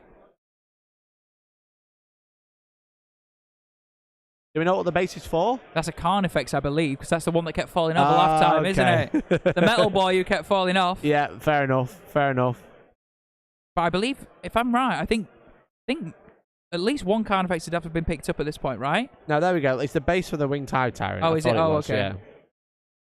They're just measuring where it could actually place. But that was the Carnifex that died that they were was using the the base off. base. There Yes. we go. Okay, right, there we okay. go. I thought so. I thought it was a hive tyrant. You know, I don't know why I don't know where the Carnifex came from. If not, so there it is. It's jumped over. Pyrovores going for Pyrovores. Yeah. Which makes sense. Unit of 3. Picking up. There's no prisoners. Yeah. Only 4 wounds left on that one now. He could pop over and start shooting with a Tyrannocyte. Oh, he's looking at warriors. He needs to deal with that unit warriors. Look how many there are. You know. Well, that's a Tyrannocyte. We've got the zone throat there as well. Yeah. David chilling, but also. There's still so many warriors on the board. Yeah. And Innis deal with them all? That's the question. They're tough, right? T5, 3 wounds. 3 wounds, yeah. T5 4 up. 3 up save, I 3 believe. up save. 3 have a check. Yeah, and obviously Catalyst on that unit at the top. You'll see the cards there as well, giving him a 5 up shrug every time they lose a wound. Nasty. But then again, you said that Innis's hive tyrant has the ability to stop you ignoring shrugs, right? They have a 4 up save. Do they? Yeah, you're right. May have been right twice. How do you feel? You've been right about 7 times, mate. It's brutal. Yeah. It's bloody brutal, mate. But then again, like I said, ignore shrugs with the hive tyrant. Maybe go in and slice up some warriors. Yeah, exactly. Could get rid of some warriors. Could get rid of the opposing high tyrant. But the problem is there's a harpy there. There's 2 harpies there, which are going to be a problem for Innis. And look what's come out to play. Parasite of Mortrex sat just behind on objective 2 there. Obviously has Obsec to the count of 5. Yeah, it does. The Neurothrope's coming to sit behind the Walking Hive Tyrant on the left of your screen there as well, getting eyes on the Winged Hive Tyrant of David's. Maybe thinking of a smite or some psychic shenanigans on it. Yep. You We see? just can't quite see. Just behind the building where the Tyrannocyte is. We just had the Carnifex come out, I believe, as well. Is that on? Oh, no, it's another Pyrovore, sorry. Yeah, it's another Pyrovore on objective 2. Objective 3 with the Tyrannocyte. We've got the Zone Throats down the bottom. Looking like they want to kill a couple of free Tony warriors. Yep. We've got the Pyrovores moving to the middle. Psychic phase. Let's see what happens in the Psychic phase, guys. Yeah, and the Tyrant Guard have come out to play. Yep. Warp Ritual's just gone off by the looks of it. We'll just... throwing dice all over the place. Is Innis there? Looks like Warp Ritual has just gone off. He scored 7 points on that now. Yep. There's the Harpy from He's earlier. put back on. He's reappeared. He flew off for a bit, but he's back. Probably due to line of sight purposes, I imagine. Yeah. That's a smite. Cast smite on a 10. Big. Could have been 11, but it wasn't. 3 wounds. And he's taking off a warrior by the looks of it. Yeah, with the old Hive Tyrant at the back. And the Neurothrope at the back as well. Is that a shrug from Catalyst? Can you shrug? Catalyst, yeah. 5 up shrug. Keeping one-on-one wound there.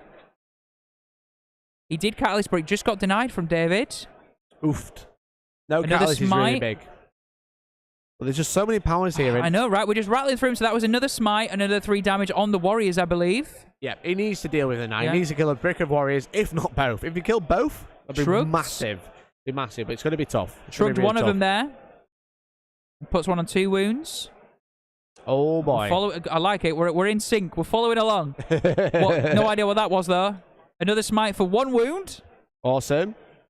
Again, obviously, the issue is that smite does start counting up if you use it a few too many times, yeah? Hitting that bottom unit now, so starting to really hit those over there. Zone Just throps there, doing the Just business. there, as you can see. Yeah. So if he can clear out that bottom unit, he's not going to get threatened on the bottom objective number 3. And if he can really start like charging in and killing all those warriors at the top, it's going to be really good. Then he's just got the Harpies to worry about. and he's in a game. Yeah. It's not over yet. It looks Davy's in a very strong position right now. It's just whether Innis can capitalize on the fact that he's have to show his hand. You know. Yep. Brought the Hive Tyrant out. Brought the Warriors out as well. He's got 2 Hive Tyrants to his 1. You know. He's got the walking Hive Tyrant here. Yeah. Bam. Boof. The flying Hive Tyrant. Bam. Boof. Tyrant Guard. Bam. Boof. Yep. I think Innis's plan is throw everything here. And delete. Clear this. Yep. Clear as many of these as possible down here, you know, down at the bottom. Clear as many of them as possible. Yep. But if he can deal with this at the top, ooh, boy, it's going to be Innis's game. Cool, so at the end of the Psychic phase, Hive Nexus went on the Tyrant Guard with 5 men of them there, and now we're moving into the Shooting phase. That's finally all the Psychic Do we know done. what imperative they've gained from Hive Nexus? I'm not sure, you know. Okay. We'll find out from... Cool, so we've currently got the ball sack shooting in the Tyranid Warriors, apparently. That is the Tyrannosite. And if Neil can just check what the Hive Nexus imperative was that went onto those Tyrant Guard phase, that'd be really good. That was from Innis. Do not worry. The imperative, the synaptic. Yeah, you have to choose an imperative for it to go off, but that's okay if he doesn't know. No. That's okay. It's fine. Horus Heresy Warcom preview article is up. Oh, that means sexy. it might be on pre-order soon, right? Hopefully. Everyone wants a bit of some 40 Marine goodness in their life. And They do. Sicarian. They really do. Sicarian. It's a Spartan. Oh, damn, it is, yeah. Yeah. Get your words right, Brahma. So let's work out what's shooting now, if we can. Looks like those look like these 8 shots there, so I'm assuming these are Pyrovores. Oh, boy. Shooting at the other Pyrovore, which has 4 wounds left, I believe. Nice. They're releasing quite a lot. They're releasing the box set, the upgrade kits, the books, the Kratos, the plastic Rhino. They're relaunching the Mark III and Mark IV box. Azek, Araman, transfers, dice, in-store swag, Primarchs, upgrade kits, and Middle Earth. There's loads coming out, mate. Amazing. All the heresy loads shit. of stuff to get excited about. So again, this is Pyrovores. There's been a lot of splitting going on here. A few went into the Winged Hive Tyrant. 1 went into the Tyranid Warriors holding objective 4 currently. And yeah, so Innis still has 4 Pyrovores up. A squad of 1 and a squad of 3. Then he's kicking my stand again. Yep. So the Walking Hive Tyrant shooting the Winged Hive Tyrant right now. You'll see that on the left of your screen with the Neuro throw up chilling there. So the Winged Hive Tyrant taking a battering, but hasn't done any wounds from the normal Hive Tyrant. It's not its strong point shooting. It likes to punch rather than shoot, right? It sure does. It sure does. I mean, the Venom Cannon's nice, but it wants to shoot. That's for yeah. sure. 2 6s. Looks good. It's going to be interesting, though, because obviously the Hive Tyrant's getting battered now, but it does have a 4+ invulnerable save, so it's not exactly an auto... Not a pushover. Not a pushover, no. And this is Hive Tyrant down to 11 wounds. Wow, I think into charges already. We zoomed through that shooting phase. He don't fuck about, mate. Don't fuck about. He's here to play Warhammer. What are you doing? Yeah. Neil's saying he might have forgotten his spawn mines from the Biovores. Maybe. That'd be big. Maybe he doesn't need them. Yeah, maybe he's just like, I know what I'm doing now. I've got this. I'm here. Maybe he don't want him. The Pyrovores have charged that Pyrovore. Makes sense. Pyrovores are going to vomit on each other and hope one of them still stood at the end. You can see them just at the bottom. 3 Pyrovores versus 1 Pyrovore.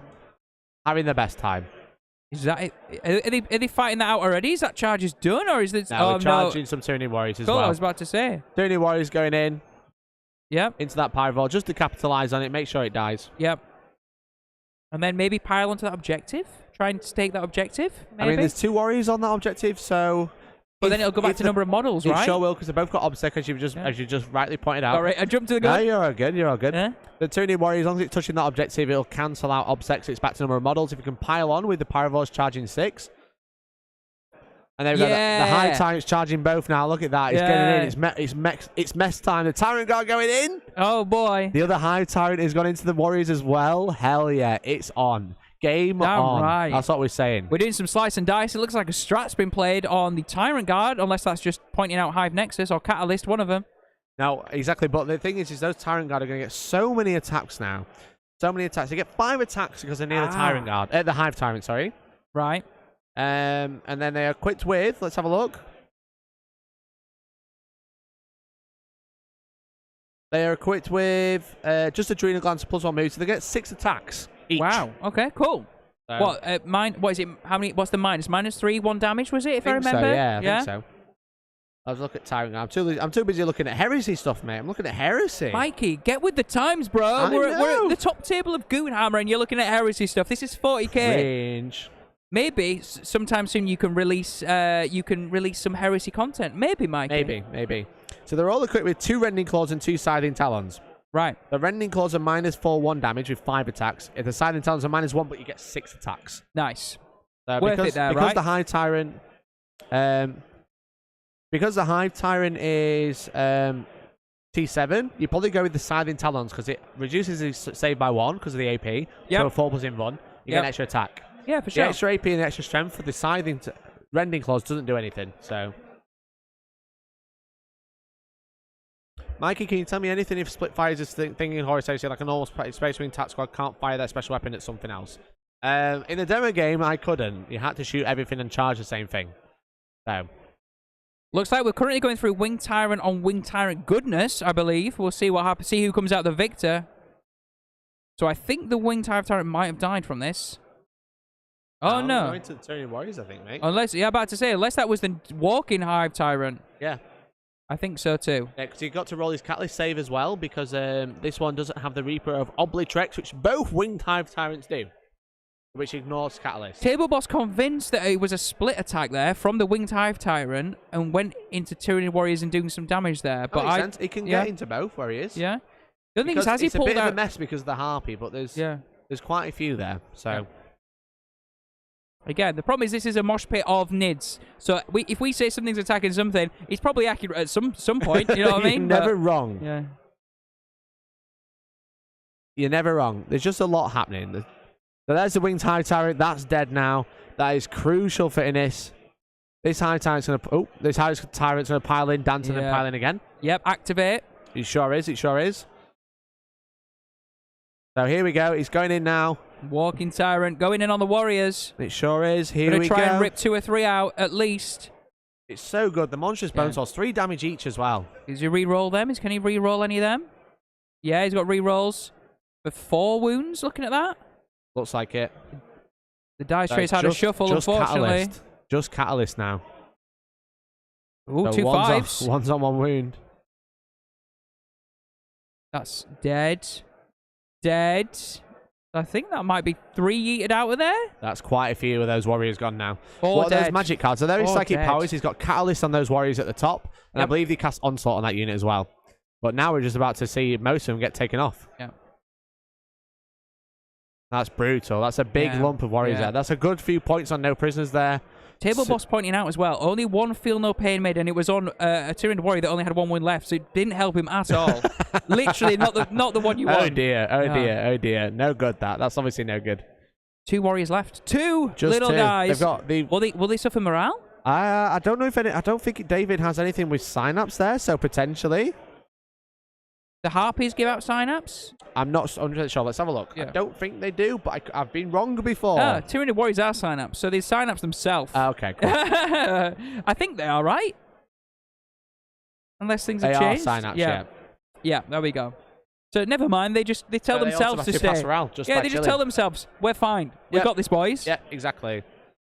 So it looks like we've got the Pyrovore to try and finish off this unit down here. The Pyrovore on Pyrovore action. Yeah. Because he wants to pile in 3. Pyro on my face. That's what they're doing. Is that what they want to do? Yeah, they want to pyro on my face. Interesting. There you go. Welcome to Hellstormwargaming. Yes, you heard that right. You are listening to some top quality 40k content. It's certainly something, Tom. Yes, it's certainly something. You see the Pyrovores piling out now. Are they trying to... I think they're trying to charge in a way where it can fit through. Yeah. But maybe not quite enough room. Not quite enough room. I think he's just trying to get onto that objective. As we said, body count's going to be really important. Yeah. Really important on that objective. Have you got a good body count, Tom? That is private, and I will never tell you my body count, okay? Oh, you know what that means? That does make a change. You don't normally know a lot. When you look like me, mate, all the girls of Yorkshire cannot resist, okay? The girls of Wakefield, when I went out on the town... They were swarming around me. Sure Yeah, they were. yeah. It's probably because I was, you know, they just took one look at me and went, "I'll be able to get a drink out of him." That's what Probably. it was. Yeah. There you go. There's the piling from the Pyrovores, bodying that objective, getting him stranglehold, I believe. Ooh, maybe not. No, not quite actually, because these warriors up here are denying in a stranglehold. Well, no, the middle. The middle. And that guy is upset. And I don't think that, unless those are Venom Thropes. They're Venom Thropes on the right-hand side. Those are warriors? They're Tyrant Guard. They're Tyrant Guard, and they are Pyrovores. So therefore nothing on there has Venom Thrope. So yeah, so basically now because this is back to number of models, he's got 3 on there by the looks of it, so he'll win this one. Yep. So that's quite interesting. It is. So yeah, I do think so. I think that has played quite well for Innis just. I think so. I'm going to use a better pen because I just realised that's not showing up very well. So we think that might be Innis' turn 3 done. Just he's trying some points up for himself. He's got himself the 3 for Strangle as we thought he had. Makes sense. Obviously, he did his Warp Ritual and Psychic Phase, which already added on. We're not doing no prisoners currently, so no we're going to go till the end. Well, exactly. When there's none left. When there is no prisoners. Well, I mean, or no bugs. Let's just call it no bugs, okay? So that's it. Going into round 3 for David. Stranglehold, bring it down, and also no prisoners. David's primary looks up to date, taking hold at 19 currently. Yeah, that was a good turn. That was a good turn from Innis. You know, that's a really good turn, a really good counter. Yeah. He's still got both his Hive Tyrants. He's taken out a bunch of the warriors. There's still 2 Harpies to deal with, but getting rid of a bunch of the warriors, that's really, really good. We've still got a few more warriors down here. We've got 5 and then a unit of 3 on the objective as well. So it's not over yet. Innis has been able to strike back exactly where he needed it, you know? 2 excellent players, both using an excellent book. Again, seeing the toolbox of this is crazy. Seeing just what each player can do with the same codex, but the different army builds, you know? Yeah, for sure, yeah. But then again, look, you see, so close, 38-40. Again, the bring it down points really helping David out, but both of these guys have no prisoners, and guess who gives up more no prisoners? David. He does, yeah. On those warrior blobs. Obviously, killing that warrior blob is worth like 3 points. Exactly. So, I think if we look over, should I go and add up some no prisoners? Nosy. Go on, have a nosy. Find out for you. So, as well, one thing to know about is that a lot of... Innis' winged Hive Tyrant down to 5 wins. I think some Spore Mines did some exploding goodness onto them. Again, Spore Mines don't care about those Tyrant Guard. They just explode wherever they want. Explode. If they pick a target, they're going to explode. So that's the plan here. Again, Harpy just working out its movement. Can it clear all these models? He's maybe trying to drop near the Hive Tyrant at the back, the walking Hive Tyrant. Or is it doing a little spin in the air? This is, again, really tense stuff. Both these guys taking this game right to the edge because it's the top table. They're both going to score highly, being the nature of this mission. 5 objectives. Scoring the primary shouldn't be an issue. It's going to be the little swings on the secondaries that count. David, again, taking Stranglehold just like Innis, so he now needs to get these 3 objectives. The Parasite of Mortrex is stopping him currently on objective 2. All he would need to do is put some OBSEC on there, and then it would go back to number of models, and he would have that. Objective 1's a bit more difficult. He needs to fight his way through Objective 1, and therefore he would then have 5, 1, and 2 in the middle. 4 as well, he's looking a bit empty on 4. Does he turn some of those warriors around and try and pick on those Pyrovores on Objective 4 and that 1 warrior? That would take him that objective back. So really good options here for David. Okay. So I've just done some counting, Tom. I've done some dramatic counting, okay? David, it looks like David has managed to secure 3 no prisoner points so far. Okay. Just 3, which will put him on 43. Yep. It looks like Innis has managed to secure 6. 6 no prisoners. Okay. So 6 no prisoners because of how many Tony Warriors he's managed to kill. So currently Innis is winning. But we've got a Harpy move.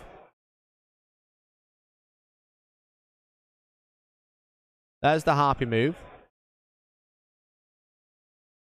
So obviously with the Harpies, what he's trying to do is fly over the Hive Tyrant. Yeah. Drop some Spore Mines. Drop some mines, which you can do. So move this way. Pin it in. But then it has to turn 90 degrees.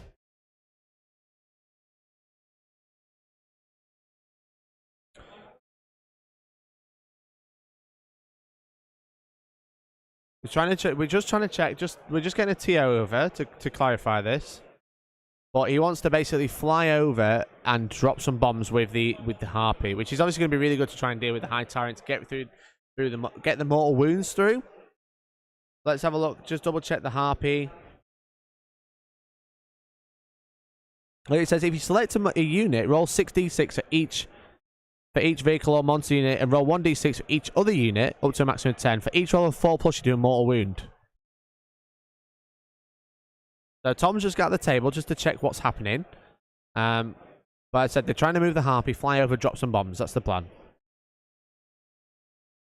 Now the Harpy moves up to 40 inches on full bracket, which I believe it has. So we got clarification, Tom, for exactly what's happening. So there's just discussions at the table. Look, this is why you call a TO. You let the TO make the decision, right? The discussion is whether they measure from the base for the Harpy or whether they measure from the wings, okay? Oh. And this is, again, for dropping those spore mines. So he's thinking, do I just need to clip a wing over the Hive Tyrant to drop the spore mines, or do I need to take the entire base over the Hive Tyrant? Oh, okay. And again, this is why you call a TO. So Liam, who is from Goonhammer, has declared the base. Sure. Because it's an aircraft model, so you take it from the base, so therefore the full base is going to have to go over, limiting the angle for movement and the amount of distance he'll have to get out of there after he's gone over. So what he's going to have to do, rather than just going like this and going like this, he's going to have to go up to the High Tyrant, over it with his base, and then fly this way. So he's going to be forced to go over here. He's going to lose about 5 inches, which in the grand scheme is actually quite important on this, yeah? Yeah, so he's going that way. But what he's doing is not only losing his movement, he's also controlling and positioning, because the Harpy can only turn 90 degrees. Yep. If the Harpy can go to here, then turn 90 degrees, it can go over there, like that. Yep. If it has to go all the way over here and then turn right, or turn left, then it's obviously controlling his movement. Yep. But it looks like it's paid off, because that Hive Tyrant is now dead. Yep. So you roll 6d6, and on each roll of 4, you do a mortal wound, which is really good. So this Harpy is going to do something similar by the looks of it. However, one bonus for David, the spore mines that have been dropped have just killed that Hive Tyrant. Yeah, we saw that. Don't worry, I said that. Don't worry. Oh, sorry, I was midway through something else. It's Apologies. Right. But the other one has just flown over, and it looks like he's done a couple of mortal wounds. Looks like he's done 3 mortal wounds. Yeah, down to 2. You roll 6 dice, on each roll of 4 up, you do a mortal wound. Unless you're rolling over a unit, then it's up to 10 dice. Spore mines are nasty. Yeah, exactly. You have the 2 choices. You either drop bombs as you fly over, or you drop them on the board. Yeah, for sure, yeah.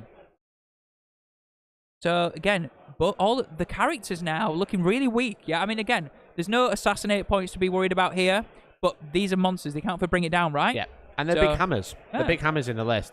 Obviously, Innis's High Tyrant has 8 wounds remaining, as you can see. But he's protected by Tyrant Guard, so he ain't getting shot this turn. He definitely ain't getting shot this turn, which is important. Yeah, for sure. So I think he's going to survive another turn. I imagine those spore mines were the only real way to fish it out, right? Yep, exactly. The Tyrant Guard look like they're coming in to try and body that objective. Maybe take out some Tyrant Guard. Maybe try and charge the Hive Tyrant, which would be nice. So for clarification, they are actually on the ground floor, but again, just for visibility, sticking them on the roof for us helps us out on the stream, right? Helps us out, yeah, exactly. Also, saves a bit of time. You're not trying to fish a model in and out of a corner every 5 minutes, are you? You know what I mean? This is very true. Warriors there. 1 sticking its backside on objective 5. 2 just sitting inside the ruin. Getting that cover. You can see just there on the right-hand side. Those Venom throw-ups sliding up the side. Doing a bit of a shimmy. A shimmy? Shimmy with their tendrils. You like a shimmy, do you? Love a little shimmy. There you go. You see the Pyrovores of Venom throws just on the right side of this L shape. Oh my god, have you seen the epic kind of Diet Coke that's dropped in? The drop pod? Drop cock? No? Drop coke. Yeah, drop coke, yeah. There you go. Tyrant, the Tyranid Warriors as well. There's about 5 left there, is there? Maybe 4? 4 left, by the looks of it. 4 Tyranid Warriors left, looking like they're going over for a line of sight of the Tyrant Guard, potentially. Maybe, or the remaining Pyrovore, maybe? The Pyrovore, yeah. They could charge the Tyrannocyte if they want to get onto that objective and just body it a little bit. Is the Tyrannocyte mean in combat? I don't think so. No? Okay, fair enough. It's fine. I mean, let's be honest, it's just a drop pod with massive tendrils, It's a glorified drop pod. It's a bloody big drop pod, I'll give you that. So the Tyrannocyte has 6 attacks. 6 attacks, strength 7, -2 damage. It's not too bad. Cool. You know? So that is the Neuro Throw coming out with an advance onto Objective 5. Yeah, he's coming out to play some smites, I think. Yep. He's coming out for some line of sight to do some smites into the Pyrovores, for example. Because obviously, Innis is like, he's fighting a big fight right here. Yep. But what he is also doing is pushing out this way. Yep. You know, he's ignored these Tyranid warriors, which are not as threatening anymore. There's 4 left. But he's pushed out this way. So he's managed to take this one. He's holding this one with objective secured. But the Venom Throats have come round to try and deal with this Parasite of Mortrex. Yep. We're into the Psychic phase. And this is big. This is going to be a big one. Now, Innis still has quite a lot with denies left compared to David now. Oh, wow. So basically, the smite from the Neurothrow, which moved on to Objective 5, that's closest was the Pyrovores. Yep. Destroyed one of them, and it exploded as well. Just for good measure. Excellent. It is a lot better, Martin, than a drop pod. I said a glorified drop pod, but it actually moves, shoots, and is not bad in combat with 6 attacks, 6 strength 7. Still effective, right? It's a drop pod and an alright in combat DAC guy. Yeah. A glorified drop pod, as I said. Got DACA as well. Bug DACA. It does have DACA. Is it Death Spitters? You have options. Oh, whoa! A drop pod with options. It's not a drop pod. It is a drop pod. 5 Death Spitters. Okay. Assault 3, Strength 5, -2, 1 damage. 50 shots. Yeah. BS 5 and weapon skill 5 though. It's not exactly mint. It's not amazing, but it's fine. Cool. So the warrior on Objective 5 shooting at the Pyrovores on Objective 4. Makes sense. Again, if the thing is like as we went over, David only has 3 no prisoner points so far, potentially 4 now, whereas Innis has like 6. Yeah. So he's just pulling ahead with those. So David really needs to start clearing out those Pyrovores and the Tyrant Guard to get him points, because killing the High Tyrant is great. It means he's not going to get killed back, but he's not scoring any points to no prisoners by doing that. You know. Yep. Agreed. I think David just weighing up what can get some shots on that remaining Pyrovore. Makes sense. So you see the unit of 4 warriors at the bottom. This is where he's splitting next.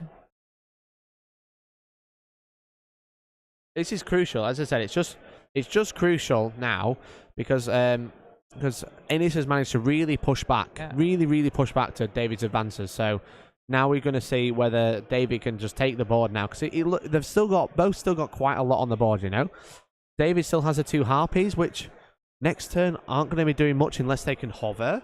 Let's double check if they can hover, because they're in the corner of the board right now. They're in the corner of the board. The slight issue here, well, it's not really an issue, but Innis was hoping that the Parasite Mortrix would be protected by his Tyrant Guard. He was out of range, so therefore the Warriors can now pick on it. As you see, he's down to 3 wins. Yeah. Also, some shots were split into the Pyrovore, which hasn't been settled up yet, but we'll see what happens there. Yeah, so the Harpy can hover, so it can stop flying and just move 15 inches, which are in actually a really good position. They can just turn around and start bullying those objectives again. Yep. And just laying some DACA down, right? Yeah, exactly. The Venom Can's obviously really good. Innis has got other things to deal with than those Harpies right now. Yeah. They're in a position where they can deal with those Biovores now. Yeah. See what we're rolling up at the moment. But yeah, it's just... It's so interesting now. These armies are just so devastating to each other, you know? Yeah. So another Pyrovore dead on Objective 4 and explodes again. So passing out those mortal wounds to himself. That's not good. That's quite funny, though. Yeah, that is quite funny. So on a 4-up, they take a single mortal wound when they die, which is quite funny. Yeah, we're getting a rinse and repeat of Chaos Knights here. When everything just seems to have a chain reaction. Yeah. I'm an man of a chain reaction. No, Tom. Okay. Stop. Everyone's turning off. I'm sorry. Welcome to actual 40k coverage. You haven't joined the local karaoke team. It's just me. Thank you, everyone, for tuning in this week. I know you have fun. This is the final game of Goonhammer Open UK. The last of us. I'm standing up, Tom. Oh my God. I'm feeling powerful. Yeah. I'm feeling powerful. It's a final game, round 6. One of these gentlemen on the table will probably be crowned champion. You are literally limbering up next to me, mate. I'm feeling you, okay? You're having a bit of a stretch, a bit of a shake. I'm having a problem with the chair again. Yeah. But this is the final game, so I want to say massive thank you for tuning in all the weekend. It's been super fun. We've had a great time. If you haven't already, please like the stream. That's always fun. Yeah. It helps us out. It costs you nothing, which is always nice. And also, you can... if you want to, you can become a member or super chat. You'll be entered to win 50 quid to your favourite hobby store, whether that's in the UK or outside. 50 quid or equivalent. Make sure you super chat or become a member today. And thank you so much. Really appreciate it. Anyway, Tom, back to the game. We're back in it now. Oh, we are. Well, looks like we're just still doing some shooting. So the Pyrovore doesn't blow up this time. So no, that potentially blows up. That was the Harpy that managed to do that. It doesn't look like it blows up though. Those Harpies really good. Just so much movement. Yep. They're not bad in combat, but then they can fly away because they're airplanes. You know? The other Harpies turning around into the Tyrant Guard right now. Makes sense. Try and chip them away. We'll see if that's what happens. So much freedom of line of sight because they're just so tall. Look at them. Look at them. You can see everything because they're massive. The tails stick up everywhere. They're trying to get rid of those Tyrant Guard on the right-hand side, protecting the Hive Tyrant. Also, now, people that will feel my pain, because those wingspans are a bit like the Admech player wingspans. And my God, transporting them things is a nightmare. Okay? Oh, yeah. Big time. Big time.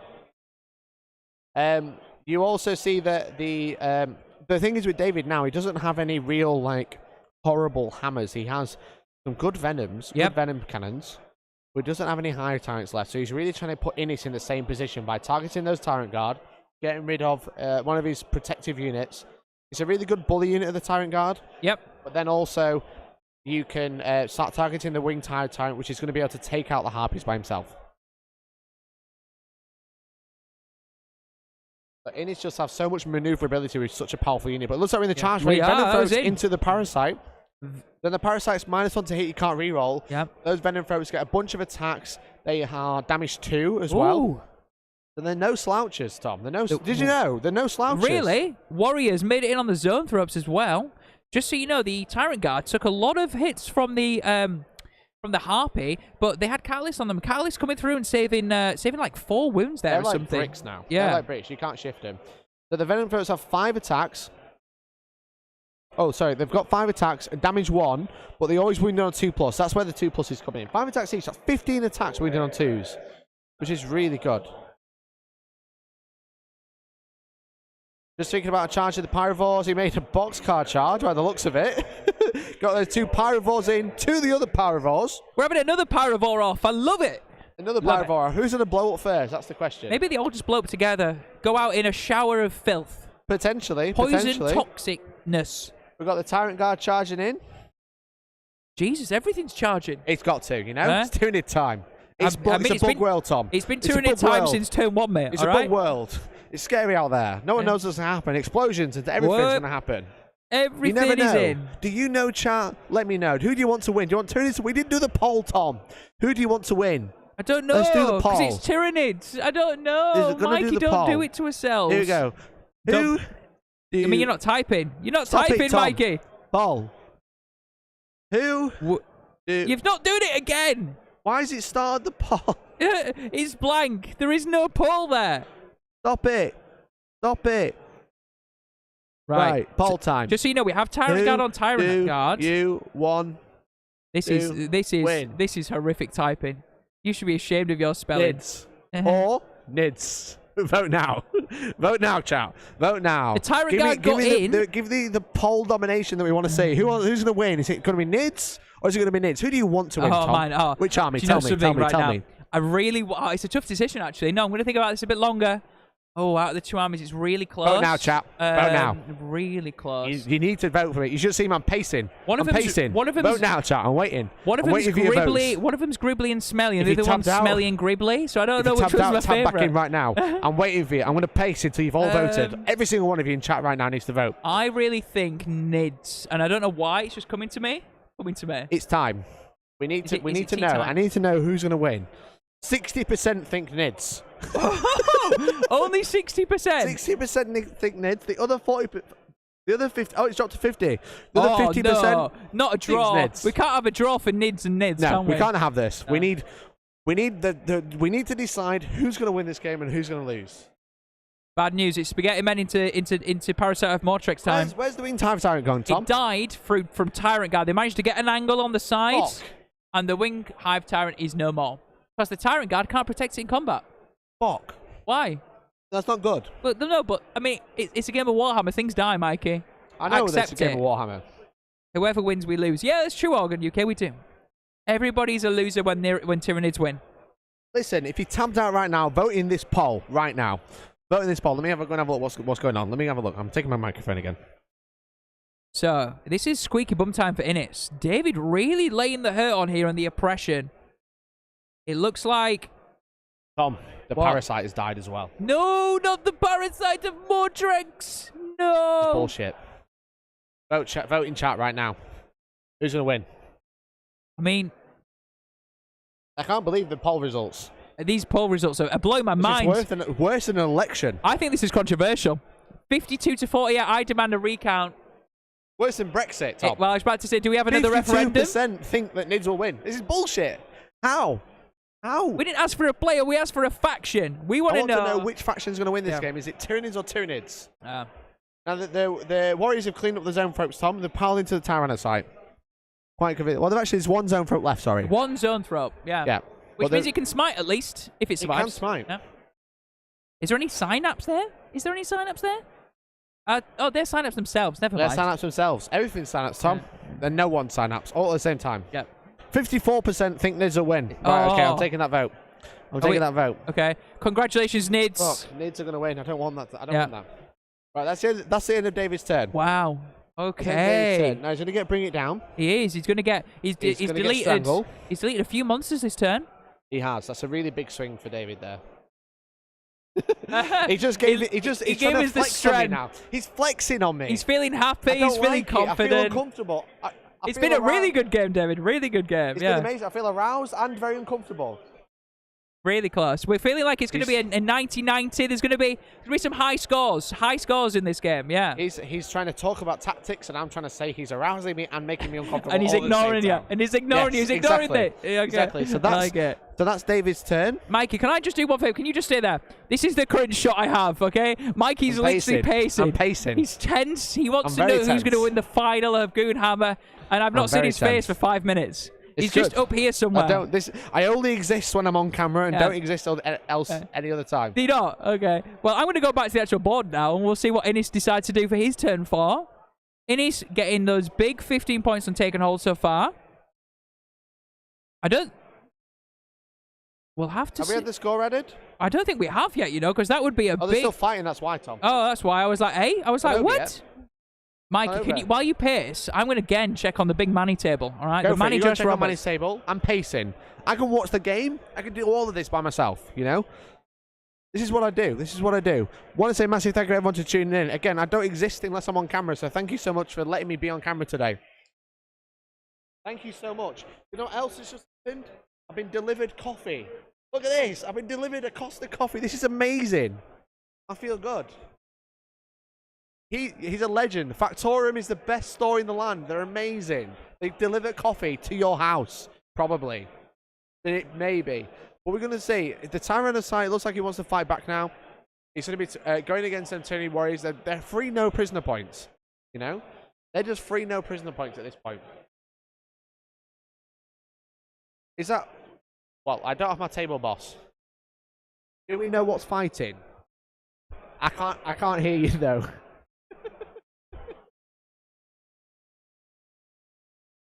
Tom has run away. Go and find out what's happening on the table, which means I can't keep up to date with the table anymore. 1 second.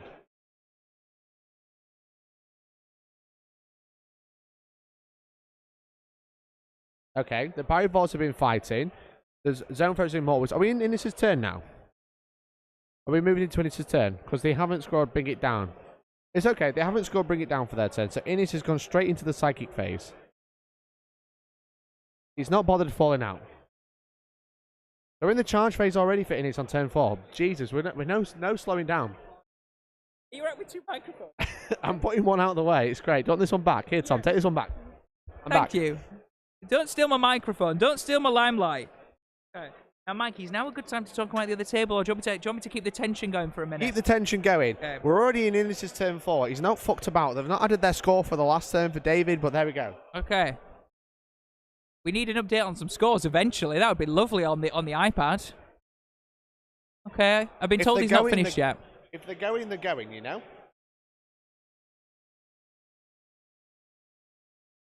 Apparently, Innis didn't score any primary this turn. Well, he's not holding any objectives right now. So that would make sense, right? No, but David hasn't scored his Bring It Down from last turn. Oh, okay. Which concerned me. Okay. That concerned me, Tom. We need to make sure that David's Bring It Down is updated for last turn, please, for David. He killed a Hive Tyrant, so he definitely gets something. Got 2 points at least to bring it down. He took out 2 Hive Tyrants. He took out, I believe he took out a Carnifex, but maybe not. But definitely 2 Hive Tyrants, so he's 4 points down right now. Definitely 4 points down. Did you know we got delivered coffee? I did, because I also got delivered a coffee. Thank you to the guys at Factorum for that. Well, I love Factorum. We got free coffee. Yeah. I mean, why sell terrain when you can give out free coffee, right? I love that. Yeah. I love that. Best store in the land. Okay. The Nids have got this game won. I think so. I think Nids might have this game.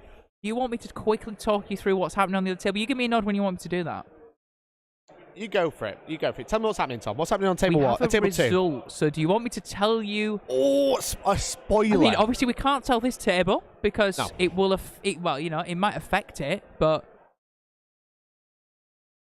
have we just had a handshake on this table as I was about to do that? We just had a handshake. Have. I think that's kind of understandable because Innis doesn't quite have enough to take it now. Yeah. So, Tom, update from the other table while they have on the score. Quick. So we have a score. We have a winner. Okay. It is Manny Chima with a 93.79. 93.79. Against Josh Roberts. So Manny was saying his MVPs were the Swooping Hawks, and Josh agreed. The problem with is the Swooping Hawks came out, kept deleting troop, and then bounced back, and Josh just couldn't interact with him. He couldn't get angles on the Swooping Hawks in terrain.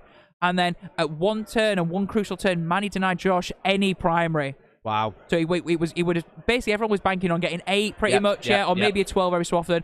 One turn, Manny went full send and stopped Josh getting any primary. Wow. Yeah, and that was it. That was the moment that, although they were scoring high on the secondaries and stuff, and Manny took it for the wins, that means Manny's currently undefeated, which means, I believe, depending on what happens on this table. Well, let me tell you the maths. Right, tell me the maths. That's actually Manny's lowest scoring game at 93. 93, ooh. He scored 195, 197, 100. So I would 93. So he's only dropped 11 points. 11 points. So David has already dropped 12, 16, 22. So it looks already. like it looks like it Innis might. has dropped more than that. I think David, even though he's had to play an on-streak winner, might come second. Yeah. Innis probably come third, but Manny will win. Yeah. But then again, Manny's technically won all his games, so you know. He has won all his games. Yep. You know, which is fine. Yep. And Josh Roberts isn't exactly an easy opponent. I'm about to say, last round. not an easy opponent, but yeah, he did get paired down, which therefore would make you think easier game, right? Yeah, technically. Exactly. But this is why placing should be hidden, because I've already told you the winner, and the games haven't finished. Don't tell me yet. Don't tell anyone anything. Don't tell anyone. Don't text anyone. Don't ring your mum and tell your mum the scores, whatever Don't it might tell be. anyone. Don't. Between us, it's a secret. You're part of know our who secret won fan before club. anyone else, All right. Yeah. Okay. This is the Hellstorm fan club. Okay.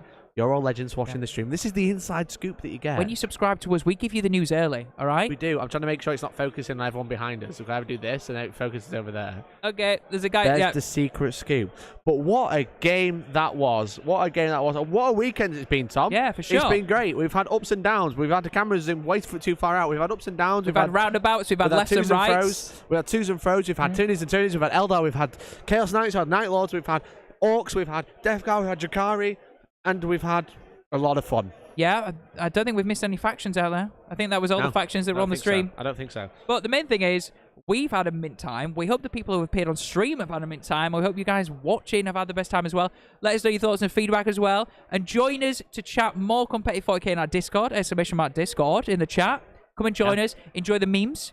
Enjoy. They are good memes. They are good memes. Good enjoy fun. the insulting Mikey. We do that quite often. If you're a member, you can join on the Discord. You get access to the Discord. You'll also be entered into our monthly giveaway. Yep. Which will be starting this month. So I'll be giving up with the giveaway. Cheeky Speaking teaser. of giveaways, everyone who has super chatted or become a member will be entered to our £50 voucher giveaway, which we'll be doing any minute now. So if you want to enter, then become a member or super chat right now, and we'll be drawing that any second.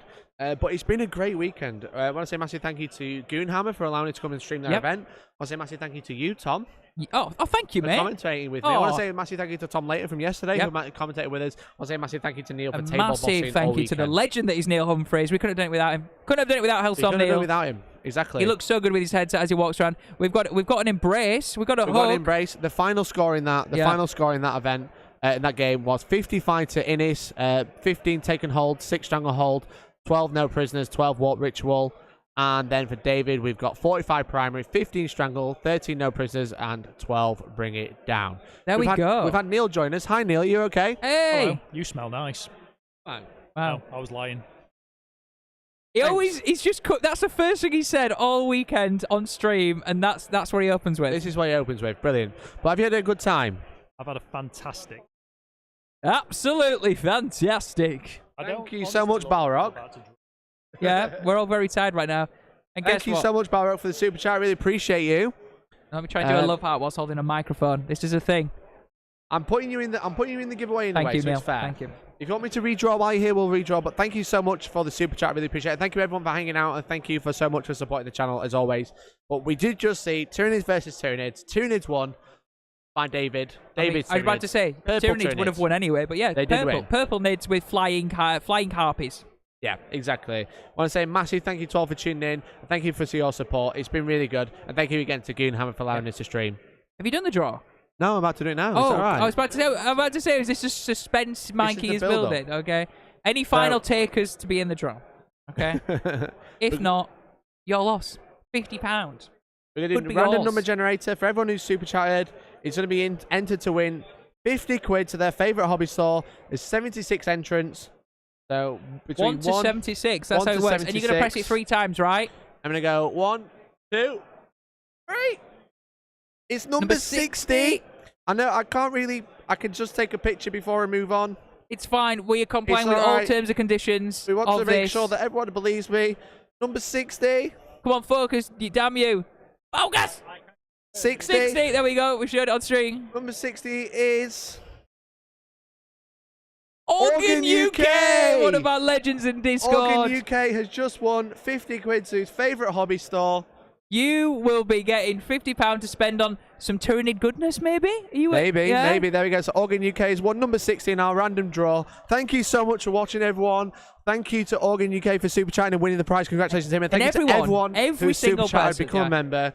It really, really supports us, and we just want to give back as well. And if you like events and you've really enjoyed this Goonhammer event, consider coming to one of ours. We've got loads of 40k events coming up for the rest of this year, which we have Into the Tempest, which is a Tempest of War event on the 18th and 19th of June. Yep. Which is coming up next soon. It's only a few weeks away. It's Tempest of War cards, which should be super fun. Yep. We've also got a team event which is being launched next week, 20th to 21st of August this year. Yep. 3-man teams, 12 teams, battling it out in a round robin and then a final. Yeah, it should be really fun. And again, if you're new to events and you want a new event to try, the Tempest of War one will be really good for you because again, it's not secondaries, it's basically like the game changes as you play along. It's really fun. So you don't have to pick secondaries, you don't have to worry about the mission as such. It's decided for you at the flip of a card. Exactly. You played Tempest of War, haven't you, Neil? Yes. Yeah. Yes. Else? Yes. Excellent. So Organ UK's in chat. Congratulations to Organ for winning that 50 quid. Yep. Drop me a message on Discord. Let me know where you like that 50 quid voucher to go. You can have it anywhere. And I think that's it. I think that is it. I think between us all, we've gone through everything we need to go through. So all that is left to say, Mikey, is you've been fantastic, and I was about to hopefully steal his line. He was we'll looking catch at me. you in the next one. Bye-bye, gamers. Goodbye. Bye.